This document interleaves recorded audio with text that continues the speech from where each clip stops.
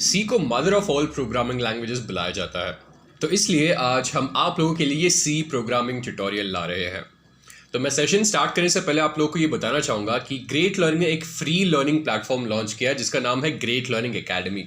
तो great learning academy पे आपको more than 80 courses freely available मिलेंगे और ये कोर्स कंप्लीट करने के बाद आपको एक सर्टिफिकेट भी मिलेगा। तो आप जो है ग्रेट लर्निंग एकेडमी का लिंक आपको डिस्क्रिप्शन में मिल जाएगा। तो अभी हम क्विकली एजेंडा देखते हैं। तो सबसे पहले हम जानेंगे सी क्या है, फिर उसके बाद हम जो है कुछ बेसिक देखेंगे, इसमें कमेंट्स, टोकन्स और वेरिएबल्स, ये सब चीज़ें। उसके बाद हम जो है कंडीशनल स्टेटमेंट्स के साथ काम करेंगे। तो कंडीशनल स्टेटमेंट्स हमारे हो जाएंगे इफ़ एल्स, फॉर लूप और वाइल लूप। उसके बाद हम स्विच केस के साथ भी काम करेंगे एंड देन फाइनली उसके बाद हम एरेज, फंक्शंस और यूनियंस के साथ काम करेंगे। तो अभी जो है क्विकली सेशन स्टार्ट करते हैं।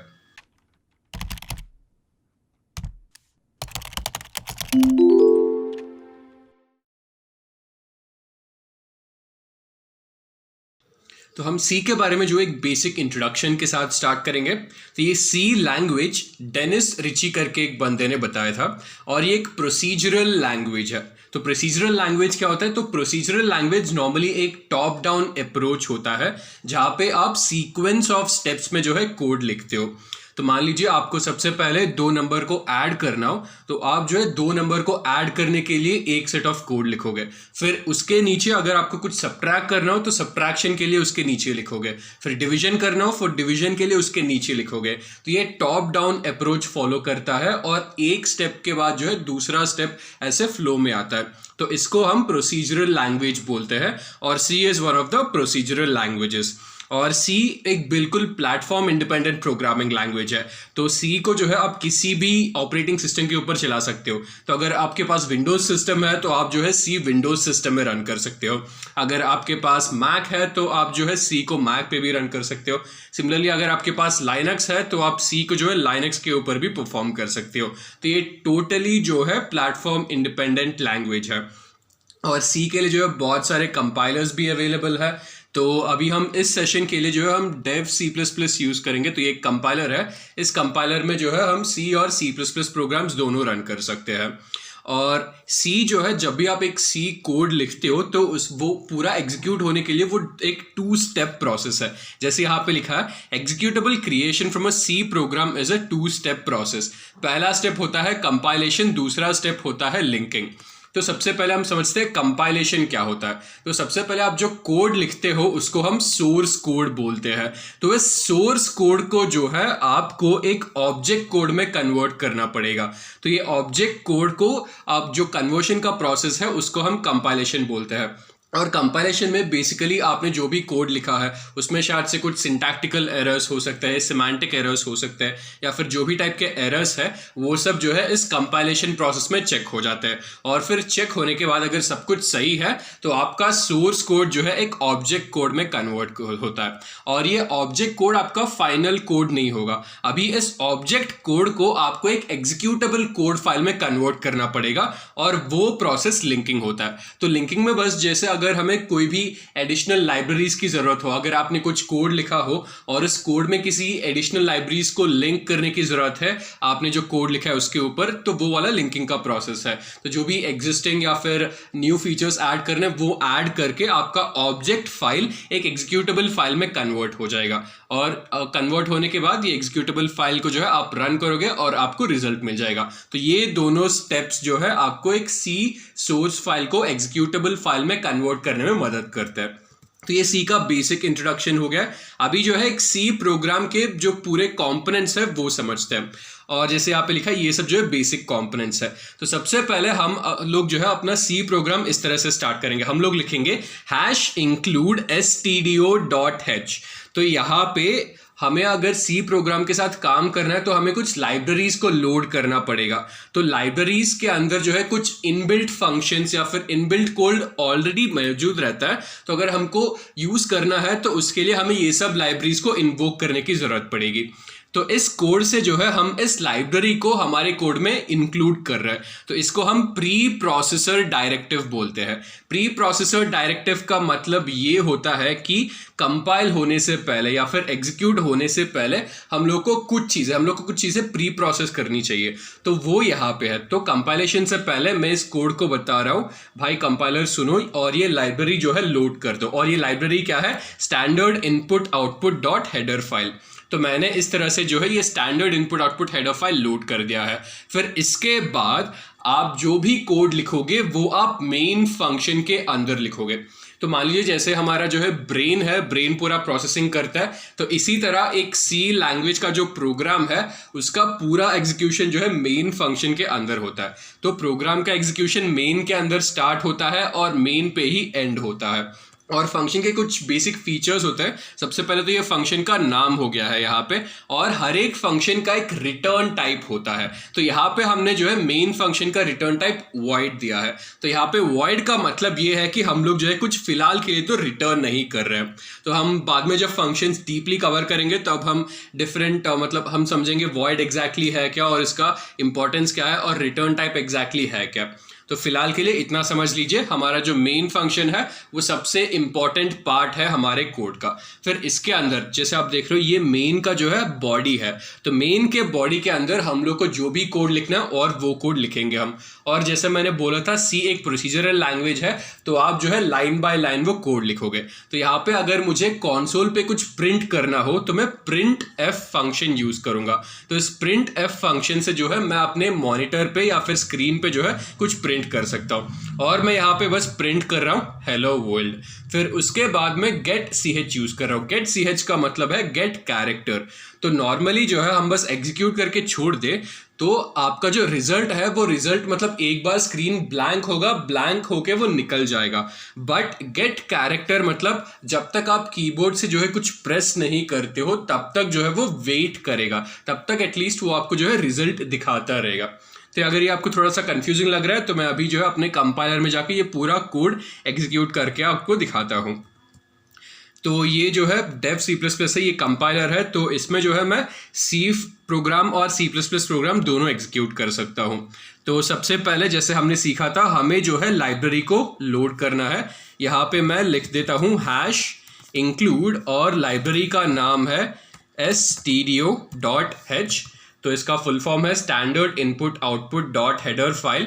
ये मैंने हेडर फाइल को इंक्लूड कर दिया है और ये होता है प्री प्रोसेसर डायरेक्टिव। फिर इसके बाद जो है मुझे मेन फंक्शन क्रिएट करना पड़ेगा और जो भी मैं लिखूंगा वो जो है मेन फंक्शन के अंदर ही लिखूंगा। और यहाँ पे इस फंक्शन का रिटर्न टाइप वॉइड है, मतलब ये अभी फिलहाल के लिए तो कुछ रिटर्न नहीं कर रहा है। और अगर मुझे अभी स्क्रीन पे कुछ प्रिंट करना हो तो अभी हम बस एक बेसिक प्रोग्राम लिख रहे हैं, तो अभी हम स्क्रीन पे प्रिंट कर रहे हैं with the help of this print F function. और यहाँ पे मैं बस एक स्ट्रिंग को डिस्प्ले करना चाहता हूँ। अगर स्ट्रिंग को डिस्प्ले करना चाहता हूँ तो मुझे डबल कोट्स के अंदर लिखना पड़ेगा और यहाँ पे मैं लिख देता हूँ दिस इज स्पार्टा और इसके बाद बस मैंने एक सेमीकोलन लगा दिया है। ये आपको ध्यान रखना पड़ेगा, फिर से हर एक लाइन ऑफ कोड जो है जो भी आप मेन फंक्शन के अंदर लिखते हो वो हर एक लाइन ऑफ कोड के बाद आपको सेमीकोलन देना पड़ेगा। तो ये कंपाइलर को बताता है कि यहाँ पे जो है इस कोड का एंड हो रहा है, तो सेमीकोलन से कंपाइलर को पता चलता है कि इस लाइन का कोड यहाँ पे एंड हो रहा है। फिर इसके बाद मुझे बस गेट ch देना पड़ेगा। गेट ch का मतलब ये कंपाइलर बस एक कैरेक्टर के लिए जो है वेट करेगा। तो अभी एग्जीक्यूट और यहाँ पे कंपाइल एंड रन क्लिक करते हैं और जैसे आप देख रहे हो यहाँ पे दिस इज स्पार्टा, तो हमने सक्सेसफुली हमारा फर्स्ट सी प्रोग्राम यहाँ पे लिख दिया है। तो ये बेसिक्स हो गए। अभी समझते हैं कमेंट्स है क्या।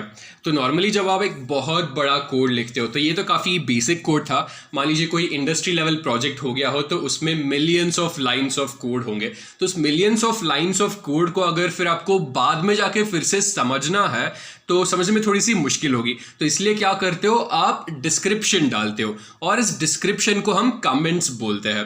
तो मान लीजिए आपने एक बेसिक कैलकुलेटर प्रोग्राम बनाया हो, बट अगर किसी और ने वो जाके देखा तो उसको उतनी क्लियरली समझ में नहीं आएगा, तो आप क्या कर सकते हो, एक डिस्क्रिप्शन डाल सकते हो। ऐसे डिस्क्रिप्शन आप जहाँ पे भी मतलब एडिशन का कोड है वहाँ पे बस एक डिस्क्रिप्शन डाल दो कि इस कोड से हम एडिशन कर रहे हैं। सिमिलरली जहाँ पे भी मल्टीप्लिकेशन का कोड है वहाँ पे आप डिस्क्रिप्शन ऐड कर दो कि वहाँ पे पे जो है मल्टीप्लाई कर रहे हो। सिमिलरली जहाँ पे भी डिवीजन का कोड है वहाँ पे एक डिस्क्रिप्शन ऐड कर दो कि इस कोड से जो है हम डिवाइड कर रहे हैं। तो कमेंट्स नॉर्मली अगर कोई भी एक्स्ट्रा पर्सन पढ़ रहे हो या फिर आपको भी बाद में मान लीजिए 1 साल के बाद आपको अगर अपना कोड वेरीफाई करना हो और उसको अच्छे से समझना हो तो वहाँ पे जो है आप डिस्क्रिप्शन ऐड कर सकते हो। तो कमेंट जो है 2 तरह के होते हैं, सिंगल लाइन कमेंट और मल्टी लाइन कमेंट। तो सिंगल लाइन कमेंट मतलब नाम से ही पता चल रहा है हमको, तो ये कमेंट जो है बस हम एक लाइन में लिख देते हैं, और ये सिंगल लाइन कमेंट लिखने के लिए हम 2 फॉरवर्ड स्लैश देते हैं। फिर उसके बाद हमारे पास आता है मल्टी लाइन कमेंट। तो मल्टी लाइन कमेंट देने के लिए हम एक फॉरवर्ड स्लैश स्टार, फिर उसके अंदर जो भी डिस्क्रिप्शन दे रहा हूँ वो दे देते हैं, फिर उसके बाद हम एंड करने के लिए स्टार और फॉरवर्ड स्लैश देते हैं। तो इस तरह से जो है हम कमेंट्स ऐड कर सकते हैं। तो जैसे आप यहाँ पे देख रहे हो हमारा इनिशियल प्रोग्राम यही था, उस इनिशियल प्रोग्राम को हम यहाँ पे कमेंट्स ये सब ऐड कर रहे हैं। तो यहाँ पे हमने जो है इस प्रोग्राम का नाम दे दिया है और प्रोग्राम का ऑथर दे दिया यहाँ पे। ये हमारा मल्टी लाइन कमेंट है। मल्टी लाइन कमेंट जैसे मैंने आपको दिखाया था, फॉरवर्ड स्लैश स्टार, फिर उसके बाद जो भी डिस्क्रिप्शन लिखना आप लिख दीजिए यहाँ पे, फिर उसके बाद फिर से स्टार एंड फॉरवर्ड स्लैश। फिर यहाँ पे उसके बाद हमारा जो भी कोड है उस कोड को हम डिस्क्राइब कर रहे हैं यहाँ पे। तो ये प्री प्रोसेसर डायरेक्टिव है, ये हमारा मेन फंक्शन है और ये जो है हमारा प्रिंट फंक्शन है। तो यहाँ पे मैं जो है आपको इस चीज़ का भी एग्जाम्पल दे देता हूँ। तो यहाँ पे मैं 2 फॉरवर्ड स्लैश लिखता हूँ और यहाँ पे मैं लिख देता हूँ प्री प्रोसेसर डायरेक्टिव, और जैसे आप देख रहे हो इसका कलर भी अलग है। तो ये कंपाइलर यहाँ पे ऑटोमेटिकली डिटेक्ट कर रहा है कि ये जो है डिस्क्रिप्शन है, मुझे इसको एग्जीक्यूट करने की कोई ज़रूरत नहीं है। तो अभी मैं इसको कंपाइल एंड रन करता हूँ, तो ये हमारा जो है नॉर्मल रिजल्ट आ गया। अगर वही मैं यहाँ से ये दोनों फॉरवर्ड स्लैश हटा दूँ और अभी इस चीज़ को एग्जीक्यूट करके दिखाऊँ तो अभी देखिए कैसा होता है। तो यहाँ पे हमें जो है एक वार्निंग आया है। तो एक्चुअली मैं इसको यहाँ पे कट करता हूँ, कट करके यहाँ पे पेस्ट करता हूँ, और अभी इस टाइम पे जो है इसको कंपाइल एंड रन करेंगे। तो यहाँ पे हमें एरर मिला है, और ये एरर इसलिए मिला है क्योंकि प्री प्रोसेसर डायरेक्टिव जैसे यहाँ पे दिख रहा है आपको, pre is undeclared, each undeclared identifier is reported only once for each function it appears in. तो ये हमारे जो आइडेंटिफायर्स मतलब किसी चीज़ का नाम दे रहा है, बट यहाँ पे इस कंपाइलर को पता नहीं चल रहा है कि ये एक्चुअली है क्या, प्री क्या है, प्रोसेसर क्या है, डायरेक्टिव क्या है। तो ये बस एक कमेंट है जिसके थ्रू हम वहाँ पे एक्सप्लेन कर रहे थे। तो इसलिए मुझे इसको जो है 2 फॉरवर्ड स्लैश के अंदर डिनोट करना पड़ेगा, तब जो है सब कुछ क्लियर हो जाएगा। तो ये जो है कमेंट्स का एग्जाम्पल है। फिर इसके बाद टोकन्स पे आते हैं। तो tokens are the smallest individual units in a program. तो जैसे बूंद बूंद से पानी बनता है, इसी तरह जो है आप डिफरेंट टोकन्स को मिलाकर जो है आप अपना सी प्रोग्राम बना सकते हो यहाँ पे। और डिफरेंट टाइप के टोकन्स होते हैं। तो जैसे डिफरेंट टाइप का पानी होता है, तो मान लीजिए सॉल्टेड वाटर, शुगरी वाटर, तो इसी तरह मान के चलिए डिफरेंट टाइप के टोकन्स भी होते हैं आपके पास। तो सबसे पहले समझते हैं आइडेंटिफायर्स क्या है। तो आइडेंटिफायर्स, तो सी प्रोग्राम में आप कुछ भी अगर लिखते हो, कुछ वेरिएबल बनाते हो या फिर फंक्शन बनाते हो या फिर क्लास बनाते हो, कुछ भी बनाते हो, तो उसका कुछ नाम होगा, उस नाम को हम आइडेंटिफायर बोलते हैं। तो मान लीजिए अभी क्लास में कुछ 100 बच्चे हैं और उन 100 बच्चों को मुझे यूनिकली आइडेंटिफाई करना पड़ेगा। यूनिकली आइडेंटिफाई करना पड़ेगा तो ईच स्टूडेंट का कोई नाम तो होगा, तो ये नाम जो है उस स्टूडेंट का आइडेंटिफायर हो जाएगा। और यहाँ पे नाम एक्चुअली डुप्लीकेट हो सकते हैं, राइट। तो इसी तरह जो है आपके आइडेंटिफायर्स भी डुप्लीकेट हो सकते हैं। तो आइडेंटिफायर का सिंपल मतलब ये हो गया है कि आप किसी चीज़ का जब नाम देते हो, वेरिएबल हो गया, फंक्शन हो गया या फिर ऐसा कोई भी हो गया है, उस चीज़ को हम आइडेंटिफायर बोलते हैं। फिर आते हैं हमारे पास keywords. So keywords are words which are specific to C language. तो कुछ ऐसे रिजर्व्ड वर्ड्स होते हैं, मान लीजिए ट्रू, फॉल्स या फिर मेन, ये सब जो है रिजर्व्ड वर्ड्स है। और ये रिजर्व्ड वर्ड्स को जो है आप आइडेंटिफायर्स की तरह यूज़ नहीं कर सकते हो, ये ऑलरेडी प्री डिफाइंड रहता है और इनको आप किसी का नाम की तरह यूज़ नहीं कर सकते हो। फिर हमारे पास आते हैं कॉन्स्टेंट्स। कॉन्स्टेंट्स वो वैल्यूज़ है जो कि चेंज नहीं होते। तो इसमें वेरिएबल्स और कॉन्स्टेंट्स का कॉन्सेप्ट ये है कि वेरिएबल्स जो है आप टेम्पररी स्टोरेज स्पेस है और उस टेम्पररी स्टोरेज स्पेस में आप कॉन्स्टेंट्स स्टोर कर सकते हो। फिर हमारे पास स्ट्रिंग आते हैं। स्ट्रिंग क्या है? Sequence of characters. तो मान लीजिए किसी का नाम हो गया है, तो रजत, ये रजत क्या है, एक स्ट्रिंग है। तो RAJAT, तो इसमें 5 कैरेक्टर है, ये 5 कैरेक्टर मिलके जो है रजत बना है, और रजत जो है एक स्ट्रिंग है। फिर से ऑपरेटर्स हो गए, तो ऑपरेटर्स के साथ जो हम डिफरेंट टाइप के ऑपरेशंस कर सकते हैं हमारे ऑपरेंड्स पे, तो बस ये सिंपल डेफिनेशन हो गया। तो हमारे पास अरिथमेटिक ऑपरेटर्स और relational operators, logical operators, different type के ऑपरेटर्स होते हैं। फिर कुछ स्पेशल सिंबल्स हो गए, जैसे हैश हो गया है। तो हैश से जो है, जैसे हमने हमारे पुराने प्रोग्राम में देखा था, हैश इंक्लूड stdio.h, तो ये हैश से जो है हम कंपाइलर को बता रहे हैं कि ये जो है एक प्री प्रोसेसर डायरेक्टिव है। तो ये कुछ बेसिक अंडरस्टैंडिंग हो गया डिफरेंट टाइप के टोकन्स के। तो अभी जो है हम समझते हैं वेरिएबल्स क्या है। तो variables are memory references whose value changes during execution. तो ये थोड़ा सा कॉम्प्लिकेटेड डेफिनेशन है। तो सिंपल टर्म्स में ऐसा समझ लीजिए कि जब भी आप किसी भी प्रोग्रामिंग लैंग्वेज के साथ डील कर रहे हो, तो आप एक्चुअली क्या कर रहे हो, आप डेटा के साथ काम कर रहे हो ना।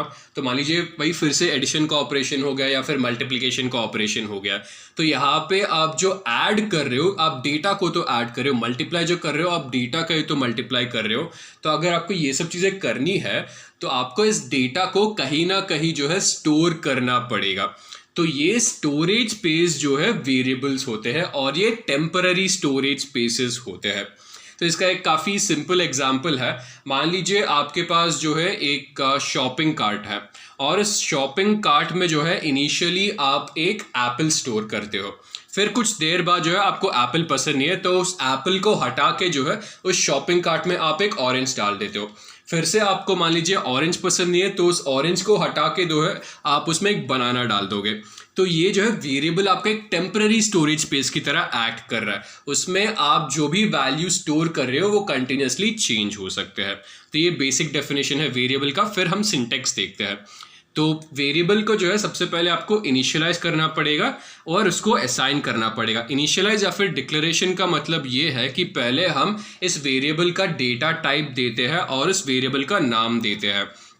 तो यहाँ पे डेटा टाइप, जैसे आपके पास डिफरेंट टाइप के डेटा टाइप्स हो गए, इंटीजर, बुलियन, फ्लोट, ये सब, तो उनके बारे में हम समझेंगे। पहले ये किस टाइप का डेटा है, फिर उसका वेरिएबल नाम दे देंगे।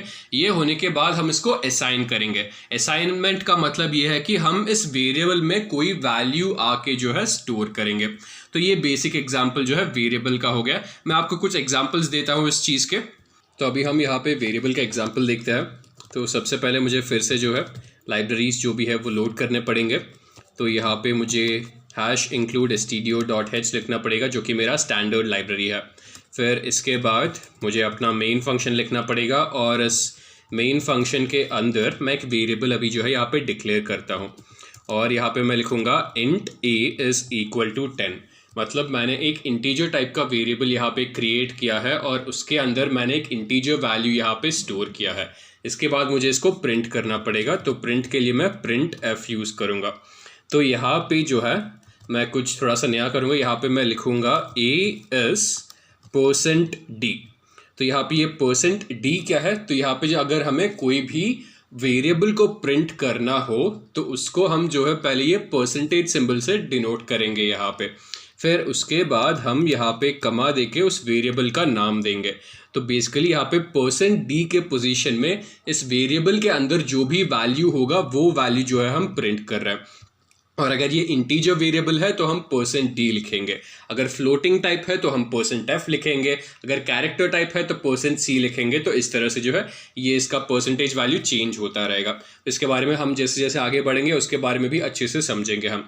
तो फिलहाल के लिए बस इतना समझ लीजिए, हमने एक वेरिएबल क्रिएट किया है, ये इंटीजर वेरिएबल है, और ये वेरिएबल का ये आइडेंटिफायर है और इसका नाम है a।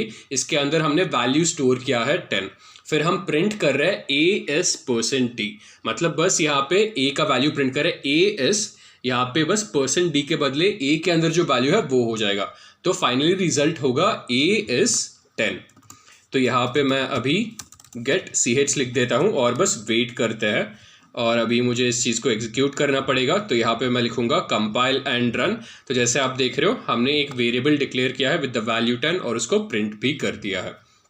और क्योंकि वेरिएबल एक टेम्पररी स्टोरेज स्पेस है, मैं इसके अंदर जो भी वैल्यू है उसको जाके चेंज कर सकता हूँ। तो इनिशियली इसके अंदर जो है वैल्यू 10 था, अभी मैं इसको 20 कर देता हूँ।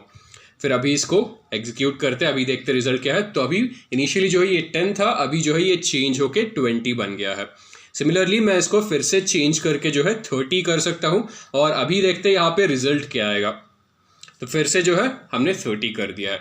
और ऐसे जो है वेरिएबल्स काम करते हैं, क्योंकि ये टेम्पररी स्टोरेज स्पेसेस है, इसीलिए जो है मैंने इनिशियली इसमें 10 स्टोर किया, फिर 10 को रिप्लेस कर दिया मैंने 20 से, फिर 20 को भी मैंने रिप्लेस कर दिया 30 से।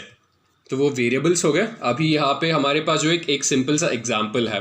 तो यहाँ पे हम दो वेरिएबल ले रहे हैं, एक इंटीजर टाइप का हो गया, दूसरा जो है डबल टाइप का हो गया है। यहाँ पे डबल का मतलब आप जो है डेसिमल टाइप के वैल्यूज यूज़ कर सकते हो। फिलहाल के लिए बस इतना समझ लीजिए। यहाँ पे इंटीजर है, इंटीजर ए के अंदर 10 स्टोर किया है और डबल बी के अंदर हमने 20 स्टोर किया है। इसके बाद मुझे इस प्रोग्राम के थ्रू मुझे इन दोनों को ऐड करना पड़ेगा। तो हम मेन फंक्शन के अंदर आ रहे हैं, इन दोनों को यहाँ पे वैल्यूज असाइन कर दिए। फिर यहाँ पे हम लोग एक इंटीजर और एक डेसिमल वैल्यू को ऐड कर रहे हैं। तो यहाँ पे इंटीजर जैसे इसलिए क्योंकि ये इंटीजर है, इसको हम %d से डिनोट करेंगे, और ये डबल है, डबल को हम %lf से डिनोट करते हैं। तो अगर फ्लोटिंग है, फ्लोटिंग को बस हम %f से डिनोट करेंगे। अगर वही एक डबल वैल्यू है, उसको हम %lf से डिनोट करेंगे। तो यहाँ पे lf का मतलब है लॉन्ग फ्लोट। और यहाँ पे जब हम इंटीजर और एक डबल को ऐड करेंगे तो रिजल्ट जो है डबल टाइप का होगा। तो इसलिए यहाँ पे हम इक्वल टू करके %lf कर देंगे। फिर यहाँ पे इन पोजीशंस में जो भी होगा उनके हम वेरिएबल्स दे देंगे। %d क्या है, a है, %lf क्या है, b है, और यहाँ पे इस वाले %lf के अंदर हम a + b डाल देंगे, और इस तरह से हमें रिजल्ट मिल जाएगा। फिर बस हम रिटर्न 0। तो यहाँ पे जो आप देख रहे हो, यहाँ पे मेन का रिटर्न टाइप इंटीजर है। तो हमारे पिछले वाले प्रोग्राम में जो है मेन का रिटर्न टाइप वॉइड था। वॉइड का मतलब हम कुछ रिटर्न नहीं कर रहे, और क्योंकि यहाँ पे हमने इसका रिटर्न टाइप इंट डाला है, इसका मतलब हमें कुछ इंटीजर टाइप का रिटर्न करना पड़ेगा। और क्योंकि हम इसमें कुछ रिटर्न नहीं कर रहे, इसलिए मैं बस रिटर्न 0 डाल दूंगा। तो यहाँ पे 0 का मतलब ये है कि हम बस कुछ ये नल वैल्यू की तरह है, तो हम कुछ खास जो है इंपॉर्टेंट चीज़ यहाँ पे रिटर्न नहीं कर रहे हैं। और इसके बाद बस हमें अगर किसी इनपुट के लिए वेट करना हो, गेट ch डाल देंगे, फिर ये प्रोग्राम जो है यहाँ पे ख़त्म हो जाएगा। तो इसी प्रोग्राम को यहाँ पे एग्जीक्यूट करते हैं। तो हमारे पास जो है ये इंटीजर वेरिएबल ऑलरेडी है। तो यहाँ पे हमने इंटीजर a में जो है 30 स्टोर कर दिया है। इसके बाद मुझे एक डबल टाइप का वेरिएबल बनाना पड़ेगा। तो यहाँ पे मैं लिखूँगा double b is equal to, यहाँ पे मैं लिखूँगा 50.34। तो इस तरह से जो है मैंने डबल का एक वैल्यू क्रिएट किया है, और यहाँ पे मुझे लिखना होगा %d + %lf। तो यहाँ पे मैं लिखूँगा %d + %lf। तो ये %lf का मतलब जो है डबल हो जाएगा यहाँ पे। फिर यहाँ पे मुझे s इक्वल टू फिर से यहाँ पे %lf, और यहाँ पे मुझे a b और फिर से मुझे a + b देना पड़ेगा, क्योंकि वही तो मुझे चाहिए यहाँ पे। फिर इसको एग्जीक्यूट करते हैं और अभी देखते हैं रिजल्ट क्या आता है। तो आप देख रहे हो 30 + 50.34 हमें रिजल्ट मिल रहा है 80.34। तो इस तरह से जो है हम एक इंटीजर टाइप वेरिएबल और एक डबल टाइप वेरिएबल को ऐड कर सकते हैं। तो ये डेटा टाइप्स हो गए। फिर इसके बाद जो है हमारे पास डिफरेंट इनपुट टाइप आउटपुट के लिए डिफरेंट फंक्शंस है। तो अगर हमें कोई चीज़ जो है कंसोल पे प्रिंट करना हो तो हम printf फंक्शन यूज़ कर सकते हैं, जो कि अभी तक हम यूज़ करते आ रहे हैं। और अगर वही जो है हमें यूज़र से कोई इनपुट लेना हो तो उसके लिए हम scanf यूज़ कर सकते हैं। और उसके बाद अगर मान लीजिए मुझे यूज़र से कोई कैरेक्टर इनपुट लेना हो तो उसके लिए getchar और putchar यूज़ कर सकता हूँ मैं। फॉर इसी तरह मुझे यूज़र से कोई स्ट्रिंग लेना हो, उसके लिए जो है मैं getS और putS यूज़ कर सकता हूँ। तो getS जो है यूज़र से स्ट्रिंग लेने के लिए होता है, और putS जो है कंसोल पे स्ट्रिंग दिखाने के लिए होता है। तो ये सब जो है डिफरेंट टाइप के इनपुट आउटपुट फंक्शंस हो गए। एंड देन ये फॉर्मेट स्ट्रिंग्स। तो फॉर्मेट स्ट्रिंग्स अभी तक हमने जो है %d और %lf देखा है, और यहाँ पे जैसे लिखा है this informs the scanf function. ये scanf और printf दोनों के लिए काम करता है basically. What type of input to expect, and in printf it is used to give a heads up to the compiler what type of output to the expect. तो जब हम %d देते हैं printf या scanf का अंदर, इसका मतलब ये है कि ये जो है इंटीजर टाइप का वेरिएबल है। जब हम %f देते हैं उसका मतलब ये है कि ये फ्लोटिंग टाइप वेरिएबल है, जब %c देते हैं इसका मतलब ये है कि ये कैरेक्टर टाइप वेरिएबल है, एंड जब हम %s देते हैं इसका मतलब ये है कि ये जो है एक स्ट्रिंग टाइप वेरिएबल है। तो ये सब चीज़ें जो है बेसिक हो गए फॉर्मेट स्ट्रिंग्स के। फिर हम जो है डिफरेंट डेटा टाइप्स देखते हैं। तो अभी डिफरेंट डेटा टाइप्स हमारे पास जो है प्रिमिटिव टाइप्स, डिराइव्ड टाइप्स और यूज़र डिफाइंड हो गए। तो यहाँ पे हमारे प्रिमिटिव टाइप्स में जो है ये सब जो है बिल्ट इन डेटा टाइप्स है, मतलब यूज़र को जो है अपनी तरफ से ये सब बनाने की ज़रूरत नहीं पड़ेगी। तो यहाँ पे Boolean, character, integer, floating point, double और वॉइड हो गया है। तो बुलियन का मतलब ये है कि यहाँ पे ट्रू और फॉल्स वैल्यूज़ हो सकते हैं। तो ये सबसे बेसिक चीज़ है। तो ट्रू या फॉल्स, 0 या 1। फिर कैरेक्टर टाइप का डेटा हो गया। कैरेक्टर का मतलब इंडिविजुअल कैरेक्टर्स, तो ABCDEF, तो ये सब जो है इंडिविजुअल कैरेक्टर्स हो गए। फिर उसके बाद कैरेक्टर्स को जब आप मल्टीपल कैरेक्टर्स को कंबाइन करते हो वो जो है स्ट्रिंग डेटा टाइप हो जाएगा। तो स्ट्रिंग मतलब जैसे हमने पुराने वाले एग्जाम्पल देखा था, अगर किसी का नाम है रजत तो ये रजत क्या है, सीक्वेंस ऑफ कैरेक्टर्स है, तो RAJAT मिलके जो है रजत बनेगा। फिर उसके बाद हमारे पास इंटीजर टाइप का डेटा आता है। इंटीजर मतलब इंटीजर नंबर्स, तो -∞ से लेकर +∞, जस्ट दैट इसमें कोई डेसिमल वैल्यूज़ नहीं होने चाहिए। फिर हमारे पास फ्लोटिंग पॉइंट नंबर्स आते हैं। तो फ्लोटिंग पॉइंट नंबर्स के अंदर जो है डेसिमल वैल्यूज़ हो सकते हैं। फिर डबल का मतलब ये जो है इसका प्रिसिशन और इसकी जो साइज़ है वो फ्लोटिंग से एग्जैक्टली डबल होती है। तो इसलिए हम फ्लोटिंग को जो है %f से डिनोट करते हैं और डबल को %lf से डिनोट करते हैं। तो फिलहाल के लिए बस इतना समझिए, डबल का मतलब फ्लोट का जो है डबल होता है। फिर हमारे पास वैल्यूलेस या वॉइड, मतलब वॉइड का मतलब जो है ये बेसिकली नल है, इसके अंदर हम कुछ स्टोर नहीं कर सकते। तो ये सब जो है प्रिमिटिव टाइप के हो गए। इसके बाद हमारे पास डिराइव्ड डेटा टाइप्स है। तो डिराइव्ड डेटा टाइप्स में हम जो है मोस्टली एरे के साथ काम करेंगे। तो मान लीजिए आपको एक नंबर ऑफ स्टूडेंट्स है आपके क्लास में, उन सभी स्टूडेंट्स के नाम आपको स्टोर करने हैं, तो 100 स्टूडेंट हो गए। तो क्या आप 100 स्टूडेंट के लिए इंडिविजुअली जो है 100 अलग अलग वेरिएबल बनाओगे? तो ये जो है बहुत ज़्यादा हेक्टिक काम है और टायरसम काम है और एक्चुअली स्टुपिडिटी भी है। तो इसलिए जो है आप एक डिराइव्ड डेटा टाइप बनाओगे जिसका नाम है एरे, और इस एरे में जो है आप सीक्वेंस ऑफ नेम स्टोर कर सकते हो। ये बस इस एग्जाम्पल के लिए बता रहा हूँ मैं। तो मान लीजिए आपको स्ट्रिंग टाइप का कुछ स्टोर करना हो, मतलब स्ट्रिंग टाइप का यहाँ पे मतलब स्टूडेंट के नाम हो गए, तो वो सब स्टोर करना हो, तो यहाँ पे मैं जो है एक स्ट्रिंग टाइप का एरे बनाऊंगा और उसके अंदर जो है मैं आसानी से जो है 100 स्टूडेंट्स का नाम स्टोर कर सकता हूँ। सिमिलरली मुझे अगर नाम और रोल नंबर दोनों स्टोर करना हो तो मैं जो है और एक एरे बनाऊंगा जो कि जो है इंटीजर टाइप का होगा या फिर फ्लोटिंग टाइप का होगा, और उस वाले एरे में जो है मैं सभी मार्क्स को स्टोर करूंगा। तो इस तरह से जो है हम एरे के साथ भी काम कर सकते हैं। तो ये जो है डिफरेंट प्रिमिटिव और डिराइव टाइप है। तो हम बाकी चीज़ों के बारे में जो है जैसे जैसे आगे बढ़ेंगे उनके बारे में समझेंगे। तो ये थोड़े से कॉम्प्लिकेटेड टॉपिक्स है, स्ट्रक्चर, यूनियन और एन्यूमरेटर्स, तो इनको हम जो है सेशन के एंड में कवर करेंगे। तो अभी हमने जो बेसिक प्रिमिटिव डेटा टाइप्स देखे थे तो उनको इम्प्लीमेंट करेंगे अभी। तो सबसे पहले हमें जो है फाइल इंपोर्ट करना है। तो यहाँ पे मैं लिखता हूँ #include stdio.h। फिर इसके बाद मुझे मेन फंक्शन क्रिएट करना पड़ेगा, तो मैं लिखूँगा void main। फिर इसके अंदर सबसे पहले मैं आपको एक इंटीजर वेरिएबल क्रिएट करके दिखाता हूँ। तो ये डेटा टाइप है इंटीजर, तो मुझे इंट लिखना पड़ेगा इंटीजर के लिए, और इंट a मैं जो है यहाँ पे 10 स्टोर कर रहा हूँ। अभी मैं इसको प्रिंट कर देता हूँ, यहाँ पे प्रिंट f। यहाँ पे मुझे %d लिखना पड़ेगा क्योंकि ये जो है इंटीजर टाइप का है, और यहाँ पे मुझे वेरिएबल देना पड़ेगा जो कि मैं प्रिंट करना चाहता हूँ, और ये वेरिएबल है a। इसके बाद मुझे बस एक रिटर्न 0 डालना पड़ेगा। यहाँ पे मैं रिटर्न 0 डाल देता हूँ। एक्चुअली इसकी ज़रूरत नहीं, यहाँ पे गेट ch लिखते हैं हम। रिटर्न 0 इसलिए नहीं डाल रहे क्योंकि यहाँ पे वॉइड है यहाँ का, तो वॉइड का मतलब है हमें कुछ रिटर्न करने की ज़रूरत नहीं है। तो अभी इसको कंपाइल एंड रन करते हैं और देखते हैं अभी रिजल्ट क्या आता है इसका। तो हमने जो है सक्सेसफुली एक इंटीजर टाइप का डेटा जो है क्रिएट किया है और उसको प्रिंट भी कर दिया है। अभी हम फ्लोटिंग पॉइंट देखेंगे। तो जैसे मैंने आपको बताया था, फ्लोटिंग पॉइंट में जो है हमारे पास डेसिमल रहता है।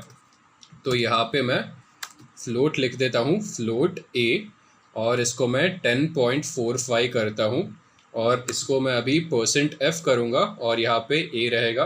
तो %f जो है फ्लोट के लिए होता है। यहाँ पे फिर से गेट ch, बस मैं यहाँ पे वेट करूँगा कंपाइल होने के बाद।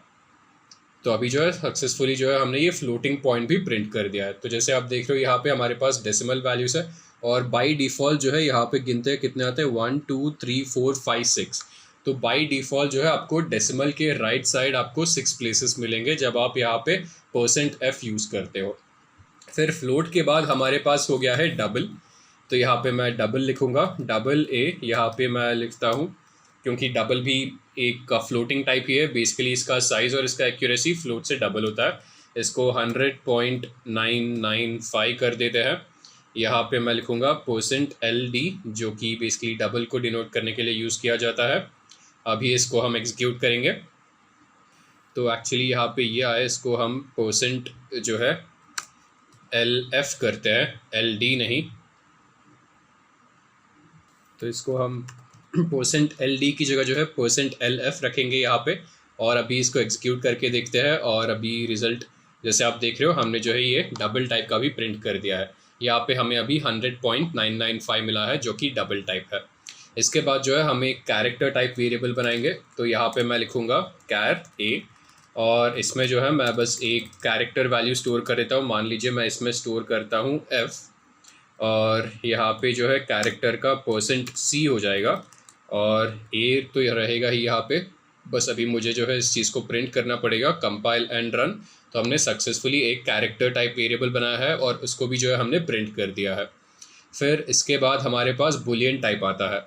तो बुलियन टाइप के लिए हमें एक्चुअली एक लाइब्रेरी को लोड करना पड़ेगा। वो लाइब्रेरी है #include stdbool.h। फिर इसके बाद हम एक बुलियन टाइप वैल्यू बनाएंगे। यहाँ पे मैं लिखूँगा बूल और A और इसमें मैं वैल्यू ट्रू स्टोर कर दूंगा। और हमें ऑलरेडी पता है बुलियन टाइप में हमारे पास बस दो ही टाइप के रहता है, एक होता है ट्रू, दूसरा होता है फॉल्स। और बुलियन टाइप प्रिंट करने के लिए हमें बस यहाँ पे %D यूज़ कर सकते हैं एक्चुअली। तो %D से जो है ये ट्रू है तो 1 की तरह डिनोट होगा, फॉल्स है तो 0 की तरह डिनोट होगा यहाँ पे। तो मैं इसको कंपाइल एंड रन करता हूँ और जैसे आप देख रहे हो हमें यहाँ पे 1 मिला है क्योंकि ट्रू स्टोर किया है हमने इसमें। फिर से अगर मैं इसको फॉल्स कर दूँ तो हमें जो है यहाँ पे प्रिंट करते समय 0 मिलेगा क्योंकि फॉल्स का जो है इंटीजर वैल्यू 0 होता है। तो ये डिफरेंट टाइप के डेटा टाइप्स हो गए। अभी हम जो है ऑपरेटर्स समझते हैं। तो जैसे यहाँ पे लिखा है C जो है it supports 5 types of operators. तो सबसे पहले तो हमारे पास अरिथमेटिक ऑपरेटर्स हो गए। तो अरिथमेटिक ऑपरेटर्स के साथ जो है हम बेसिक अरिथमेटिक ऑपरेशंस कर सकते हैं, जैसे एडिशन, सब्ट्रैक्शन, मल्टीप्लिकेशन, डिवीजन। तो ये सब जो ऑपरेशंस है हम नॉर्मल टाइप के ऑपरेटर्स के साथ कर सकते हैं। और यहाँ पे ऑपरेटर्स स्पेशली अरिथमेटिक ऑपरेटर्स हमारे पास 2 टाइप के होते हैं। पहला हो गया है यूनरी ऑपरेटर, दूसरा हो गया है बाइनरी ऑपरेटर। तो यूनरी ऑपरेटर्स के साथ जो है हम एक सिंगल ऑपरेंड को इंक्रीमेंट या डिक्रीमेंट करते हैं। तो मान लीजिए एक सिंगल ऑपरेंड है A और A में जो है मैं 5 स्टोर करता हूँ। तो अभी इसमें हमारे पास 2 चीज़ें रहते हैं, एक होता है प्री इंक्रीमेंट, दूसरा होता है पोस्ट इंक्रीमेंट। प्री इंक्रीमेंट का मतलब जो है अगर हम ++A लिखते हैं तो ये जो है जो वैल्यू स्टोर्ड है वो पहले इंक्रीमेंट होगा, इंक्रीमेंट होने के बाद फिर प्रिंट होगा। अगर वही हम पोस्ट इंक्रीमेंट लिखें तो पोस्ट इंक्रीमेंट में जो है जो भी वैल्यू प्रेजेंट था वो प्रिंट हो जाएगा, फिर प्रिंट होने के बाद जो है फिर वो बाद में अपडेट होगा। तो ये यूनरी ऑपरेटर्स ऐसे काम करते हैं। और जैसे अगर मुझे किसी वैल्यू को बढ़ाना हो, किसी यूनिक एक सिंगल ऑपरेंड को बढ़ाना हो तो मैं ++ यूज़ करूँगा, और किसी का वैल्यू अगर मुझे घटाना हो तो मैं -- यूज़ करूँगा। फिर मेरे पास जो है बाइनरी ऑपरेटर्स आ जाते हैं। बाइनरी ऑपरेटर्स जो है मैं 2 ऑपरेंड के बीच यूज़ कर सकता हूँ। जैसे A और B हो गया और A में 10 का वैल्यू स्टोर्ड है और B में जो है 20 का वैल्यू स्टोर्ड है और मुझे इन दोनों को ऐड करना है। तो मैं बस अगर A + B लिख दूंगा तो 10 + 20 हो जाएगा और ये 30 हो जाएगा। तो इस तरह से जो है मैं बाइनरी ऑपरेटर्स के साथ काम कर सकता हूँ। फिर उसके बाद हमारे पास आते हैं रिलेशनल ऑपरेटर्स। तो रिलेशनल ऑपरेटर्स से जो है हम 2 ऑपरेंड्स के बीच में रिलेशन क्या है वो समझ सकते हैं। जैसे अगर मुझे जानना हो कोई ऑपरेटर दूसरे ऑपरेटर से बड़ा है या छोटा है, या फिर दोनों में वैल्यूज़ इक्वल है, या फिर दोनों में वैल्यूज़ जो है अलग है, तो ये सब चीज़ें जानने के लिए जो है मैं रिलेशनल ऑपरेटर्स के साथ काम कर सकता हूँ। तो जैसे यहाँ पे जो है मैंने अगर == यूज़ कर रहा हूँ, == से जो है ये जान सकते हैं कि जो वैल्यू स्टोर्ड है 2 ऑपरेंड्स में वो इक्वल है कि नहीं है। फिर मेरे पास ग्रेटर देन सिंबल आता है। ग्रेटर देन से मैं जानना चाहता हूँ कोई एक ऑपरेंड जो है दूसरे ऑपरेंड से वो ज़्यादा है कि नहीं है। इस तरह से हम रिलेशनल ऑपरेटर्स के साथ काम कर सकते हैं। फिर हमारे पास लॉजिकल ऑपरेटर्स आते हैं। लॉजिकल ऑपरेटर्स होके एंड और। तो लॉजिकल ऑपरेटर्स जो है हमें यहाँ पे एंड के साथ जो है यहाँ पे नॉर्मली ये जब हम दो ऑपरेंड्स के बीच में डालते हैं तो हमें ट्रू तभी मिलता है जब दोनों ऑपरेंड्स का रिजल्ट ट्रू हो। अगर एक भी ऑपरेंड का रिजल्ट जो है फॉल्स होता है तो फाइनल रिजल्ट फॉल्स मिलता है। अगर वही और ऑपरेटर की बात करें तो और में जो है दोनों में से कोई भी ऑपरेंड का अगर जो है रिजल्ट ट्रू होता है तो फाइनल रिजल्ट ट्रू हो जाता है। फिर अगर नॉट की बात करें, नॉट जो है एग्जैक्टली जो रिजल्ट है रिजल्ट का ऑपोजिट देता है। अगर मान लीजिए ट्रू है तो अगर नॉट ट्रू करे वो हमें फॉल्स देगा, अगर फॉल्स है तो नॉट फॉल्स करेंगे तो वो हमें और ट्रू देगा। तो इस तरह से जो है हम लॉजिकल ऑपरेटर्स के साथ काम कर सकते हैं। फिर हमारे पास हो गए बिट वाइज ऑपरेटर्स और असाइनमेंट ऑपरेटर्स। तो बिट वाइज ऑपरेटर के साथ जो है जैसे यहाँ पे नाम में लिखा है, हम बिट लेवल पे जो भी चेंजेस है बिट लेवल पे चेंजेस कर सकते हैं। तो बिट लेवल पे एडिशन, सब्ट्रैक्शन, मल्टीप्लिकेशन ये सब चीज़ें जो है हम परफॉर्म कर सकते हैं। फिर फाइनली हमारे पास असाइनमेंट ऑपरेटर्स हो गए। असाइनमेंट ऑपरेटर्स के साथ जो है हम कोई वैल्यू असाइन कर सकते हैं किसी वेरिएबल को। तो अभी मैं कुछ एग्जांपल्स दिखाता हूँ इन सभी ऑपरेटर्स का। तो सबसे पहले जो है मैं एडिशन ऑपरेटर के साथ काम करता हूँ। तो यहाँ पे मैं कमेंट लिख देता हूँ, यहाँ पे मैं कमेंट लिखता हूँ अरिथमेटिक ऑपरेटर्स। मुझे यहाँ पे डबल स्लैश देना पड़ेगा, राइट। आप देख रहे हो ये जो है ग्रीन में कन्वर्ट हो गया है। तो इस तरह से जो है मैंने ये कमेंट ऐड कर दिया है। अभी मान लीजिए मेरे पास दो ऐसे वेरिएबल है इंट ए, और ए में जो है मैंने 10 का वैल्यू स्टोर किया है। इसके बाद मेरे पास दूसरा वेरिएबल आता है इंट बी, तो बी में जो है मैंने 20 का वैल्यू स्टोर किया है। तो इस तरह से मैंने ये दोनों क्रिएट कर दिए। फिर इसके बाद अभी मुझे एडिशन परफॉर्म करना है इन दोनों पे।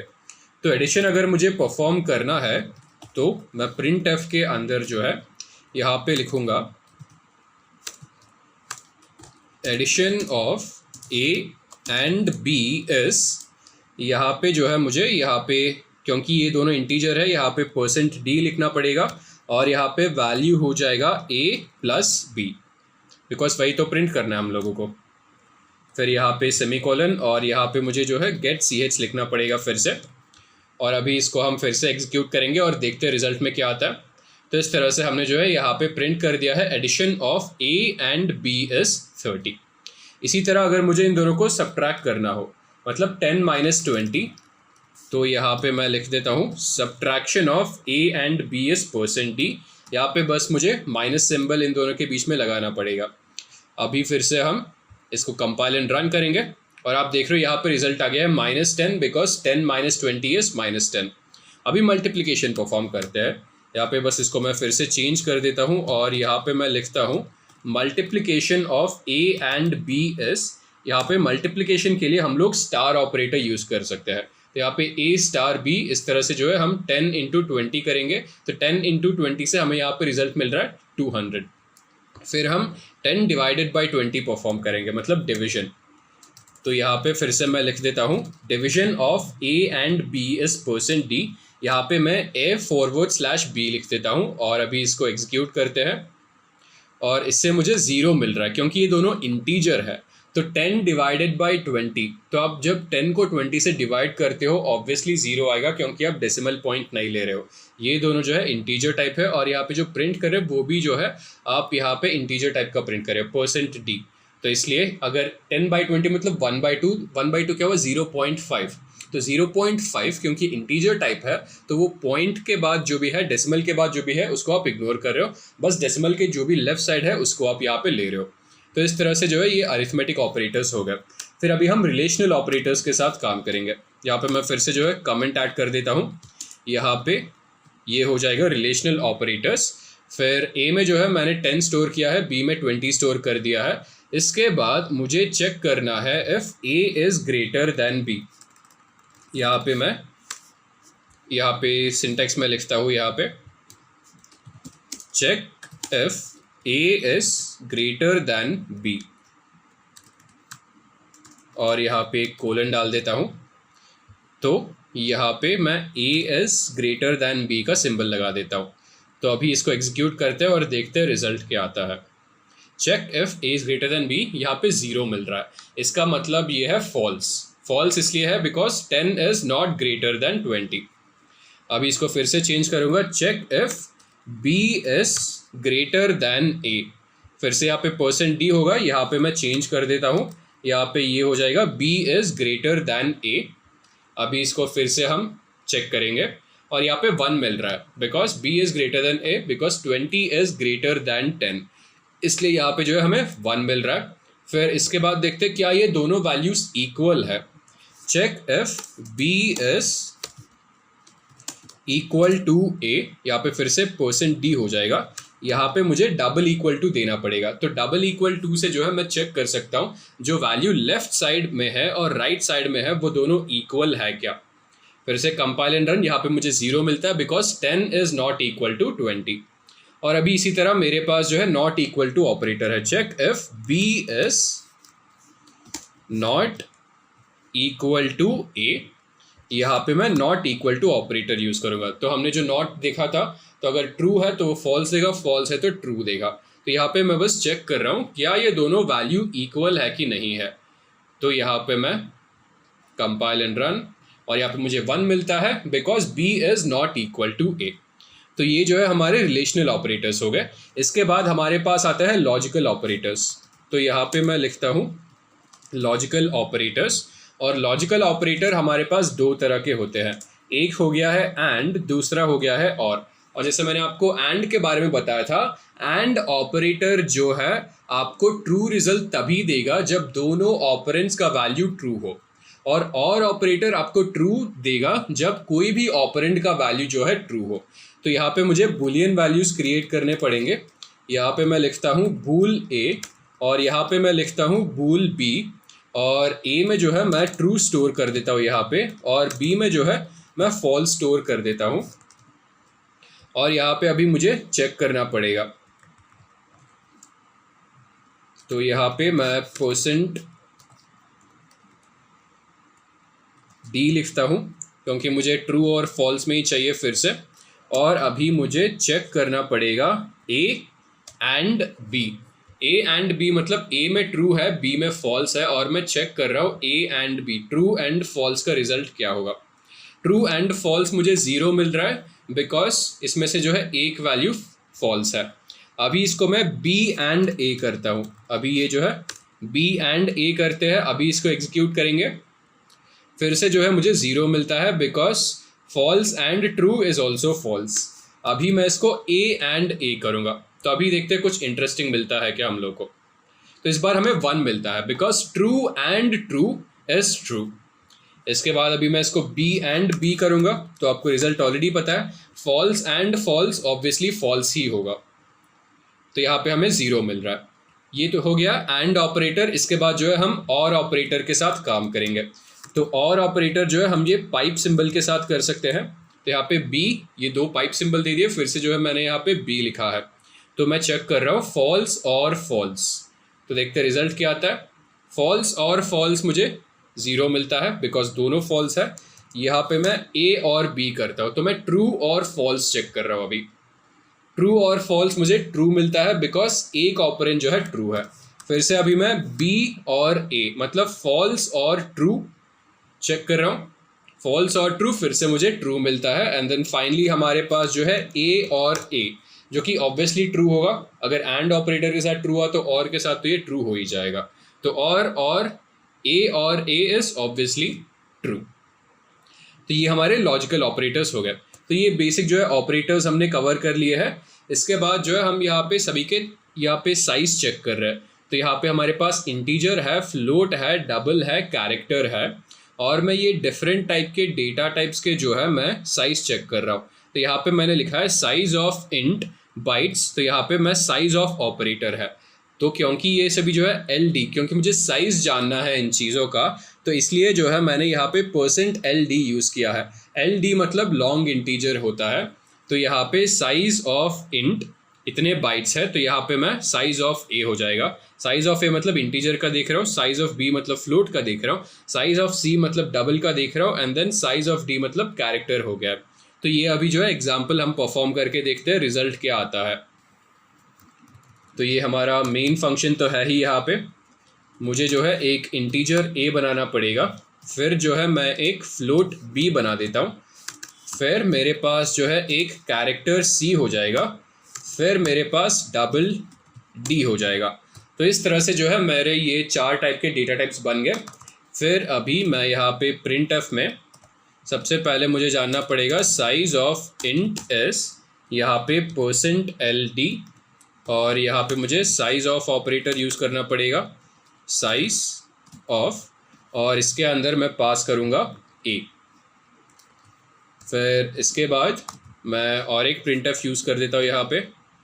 तो एक्चुअली इंडिविजुअली परफॉर्म करते हैं इन सभी को और देखते हैं इंडिविजुअली क्या आता है। इसको कंपाइल एंड रन करेंगे तो साइज ऑफ इंट s 4। तो अभी इसी तरह जो है मुझे अगर फ्लोट का जानना हो तो यहाँ पे size of float s %ld, यहाँ पे मुझे b पास करना पड़ेगा। तो a की जगह b है क्योंकि b में जो है हमने फ्लोट स्टोर किया है। तो अभी इसको कंपाइल एंड रन करेंगे तो यहाँ पे हमारे पास एरर आ रहा है। यहाँ पे मुझे और एक जो है यहाँ पे क्लोजिंग ब्रैकेट देना पड़ेगा। तो यहाँ पे साइज ऑफ फ्लोट भी जो है 4 बाइट है, तो इंटीजर और फ्लोट दोनों का जो है 4 बाइट हो गया है। इसके बाद हम कैरेक्टर का देखेंगे तो यहाँ पे साइज ऑफ, इसके अंदर मैं c पास करूँगा क्योंकि c में जो है हमने कैरेक्टर को स्टोर किया है और इससे हमें 1 मिलता है। तो इंटीजर और फ्लोट का 4 हो गया है, कैरेक्टर का जो है 1 बाइट हो गया है। अभी हम डबल का चेक करेंगे तो इसके अंदर मैं d पास करूँगा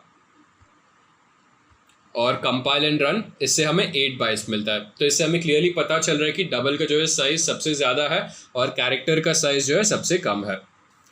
तो ये सब जो है कुछ बेसिक चीज़ें हो गए। हमने डेटा टाइप्स के साथ काम किया है, वेरिएबल्स के साथ काम किया है और ऑपरेटर्स के साथ काम किया है। अभी जाके जो है हम स्ट्रिंग्स के साथ काम करेंगे। तो स्ट्रिंग्स जैसे मैंने आपको पहले ही बताया था, ये जो है सीक्वेंस ऑफ कैरेक्टर्स है। तो यहाँ पे हमारे पास ये सब सीक्वेंस ऑफ कैरेक्टर्स है। जब आप GREAT इन सभी कैरेक्टर्स को कंबाइन करते हो तब आपको ये स्ट्रिंग मिलता है ग्रेट। फिर से आप जब ये कैरेक्टर्स को कंबाइन करते हो, ये सभी कैरेक्टर्स मिलके एक लर्निंग बन गया है। फिर आप इन दोनों को कंबाइन करते हो, आपको ये जो है सेट ऑफ वर्ड्स मिलेगा ग्रेट लर्निंग।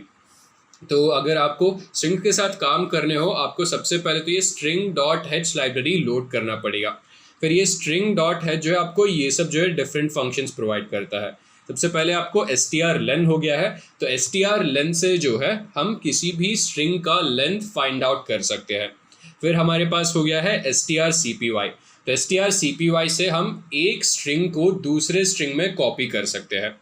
फिर आगे बढ़ते हुए हमारे पास आता है strcat, सो strcat से जो है हम 2 स्ट्रिंग को कॉन्कैटिनेट कर सकते हैं।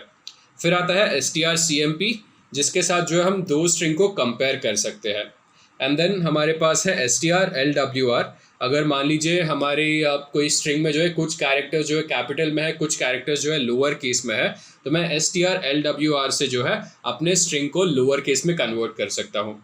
एंड देन strupr होता है, तो strupr के साथ जो है मैं अपने स्ट्रिंग को अपर केस में कन्वर्ट कर सकता हूँ।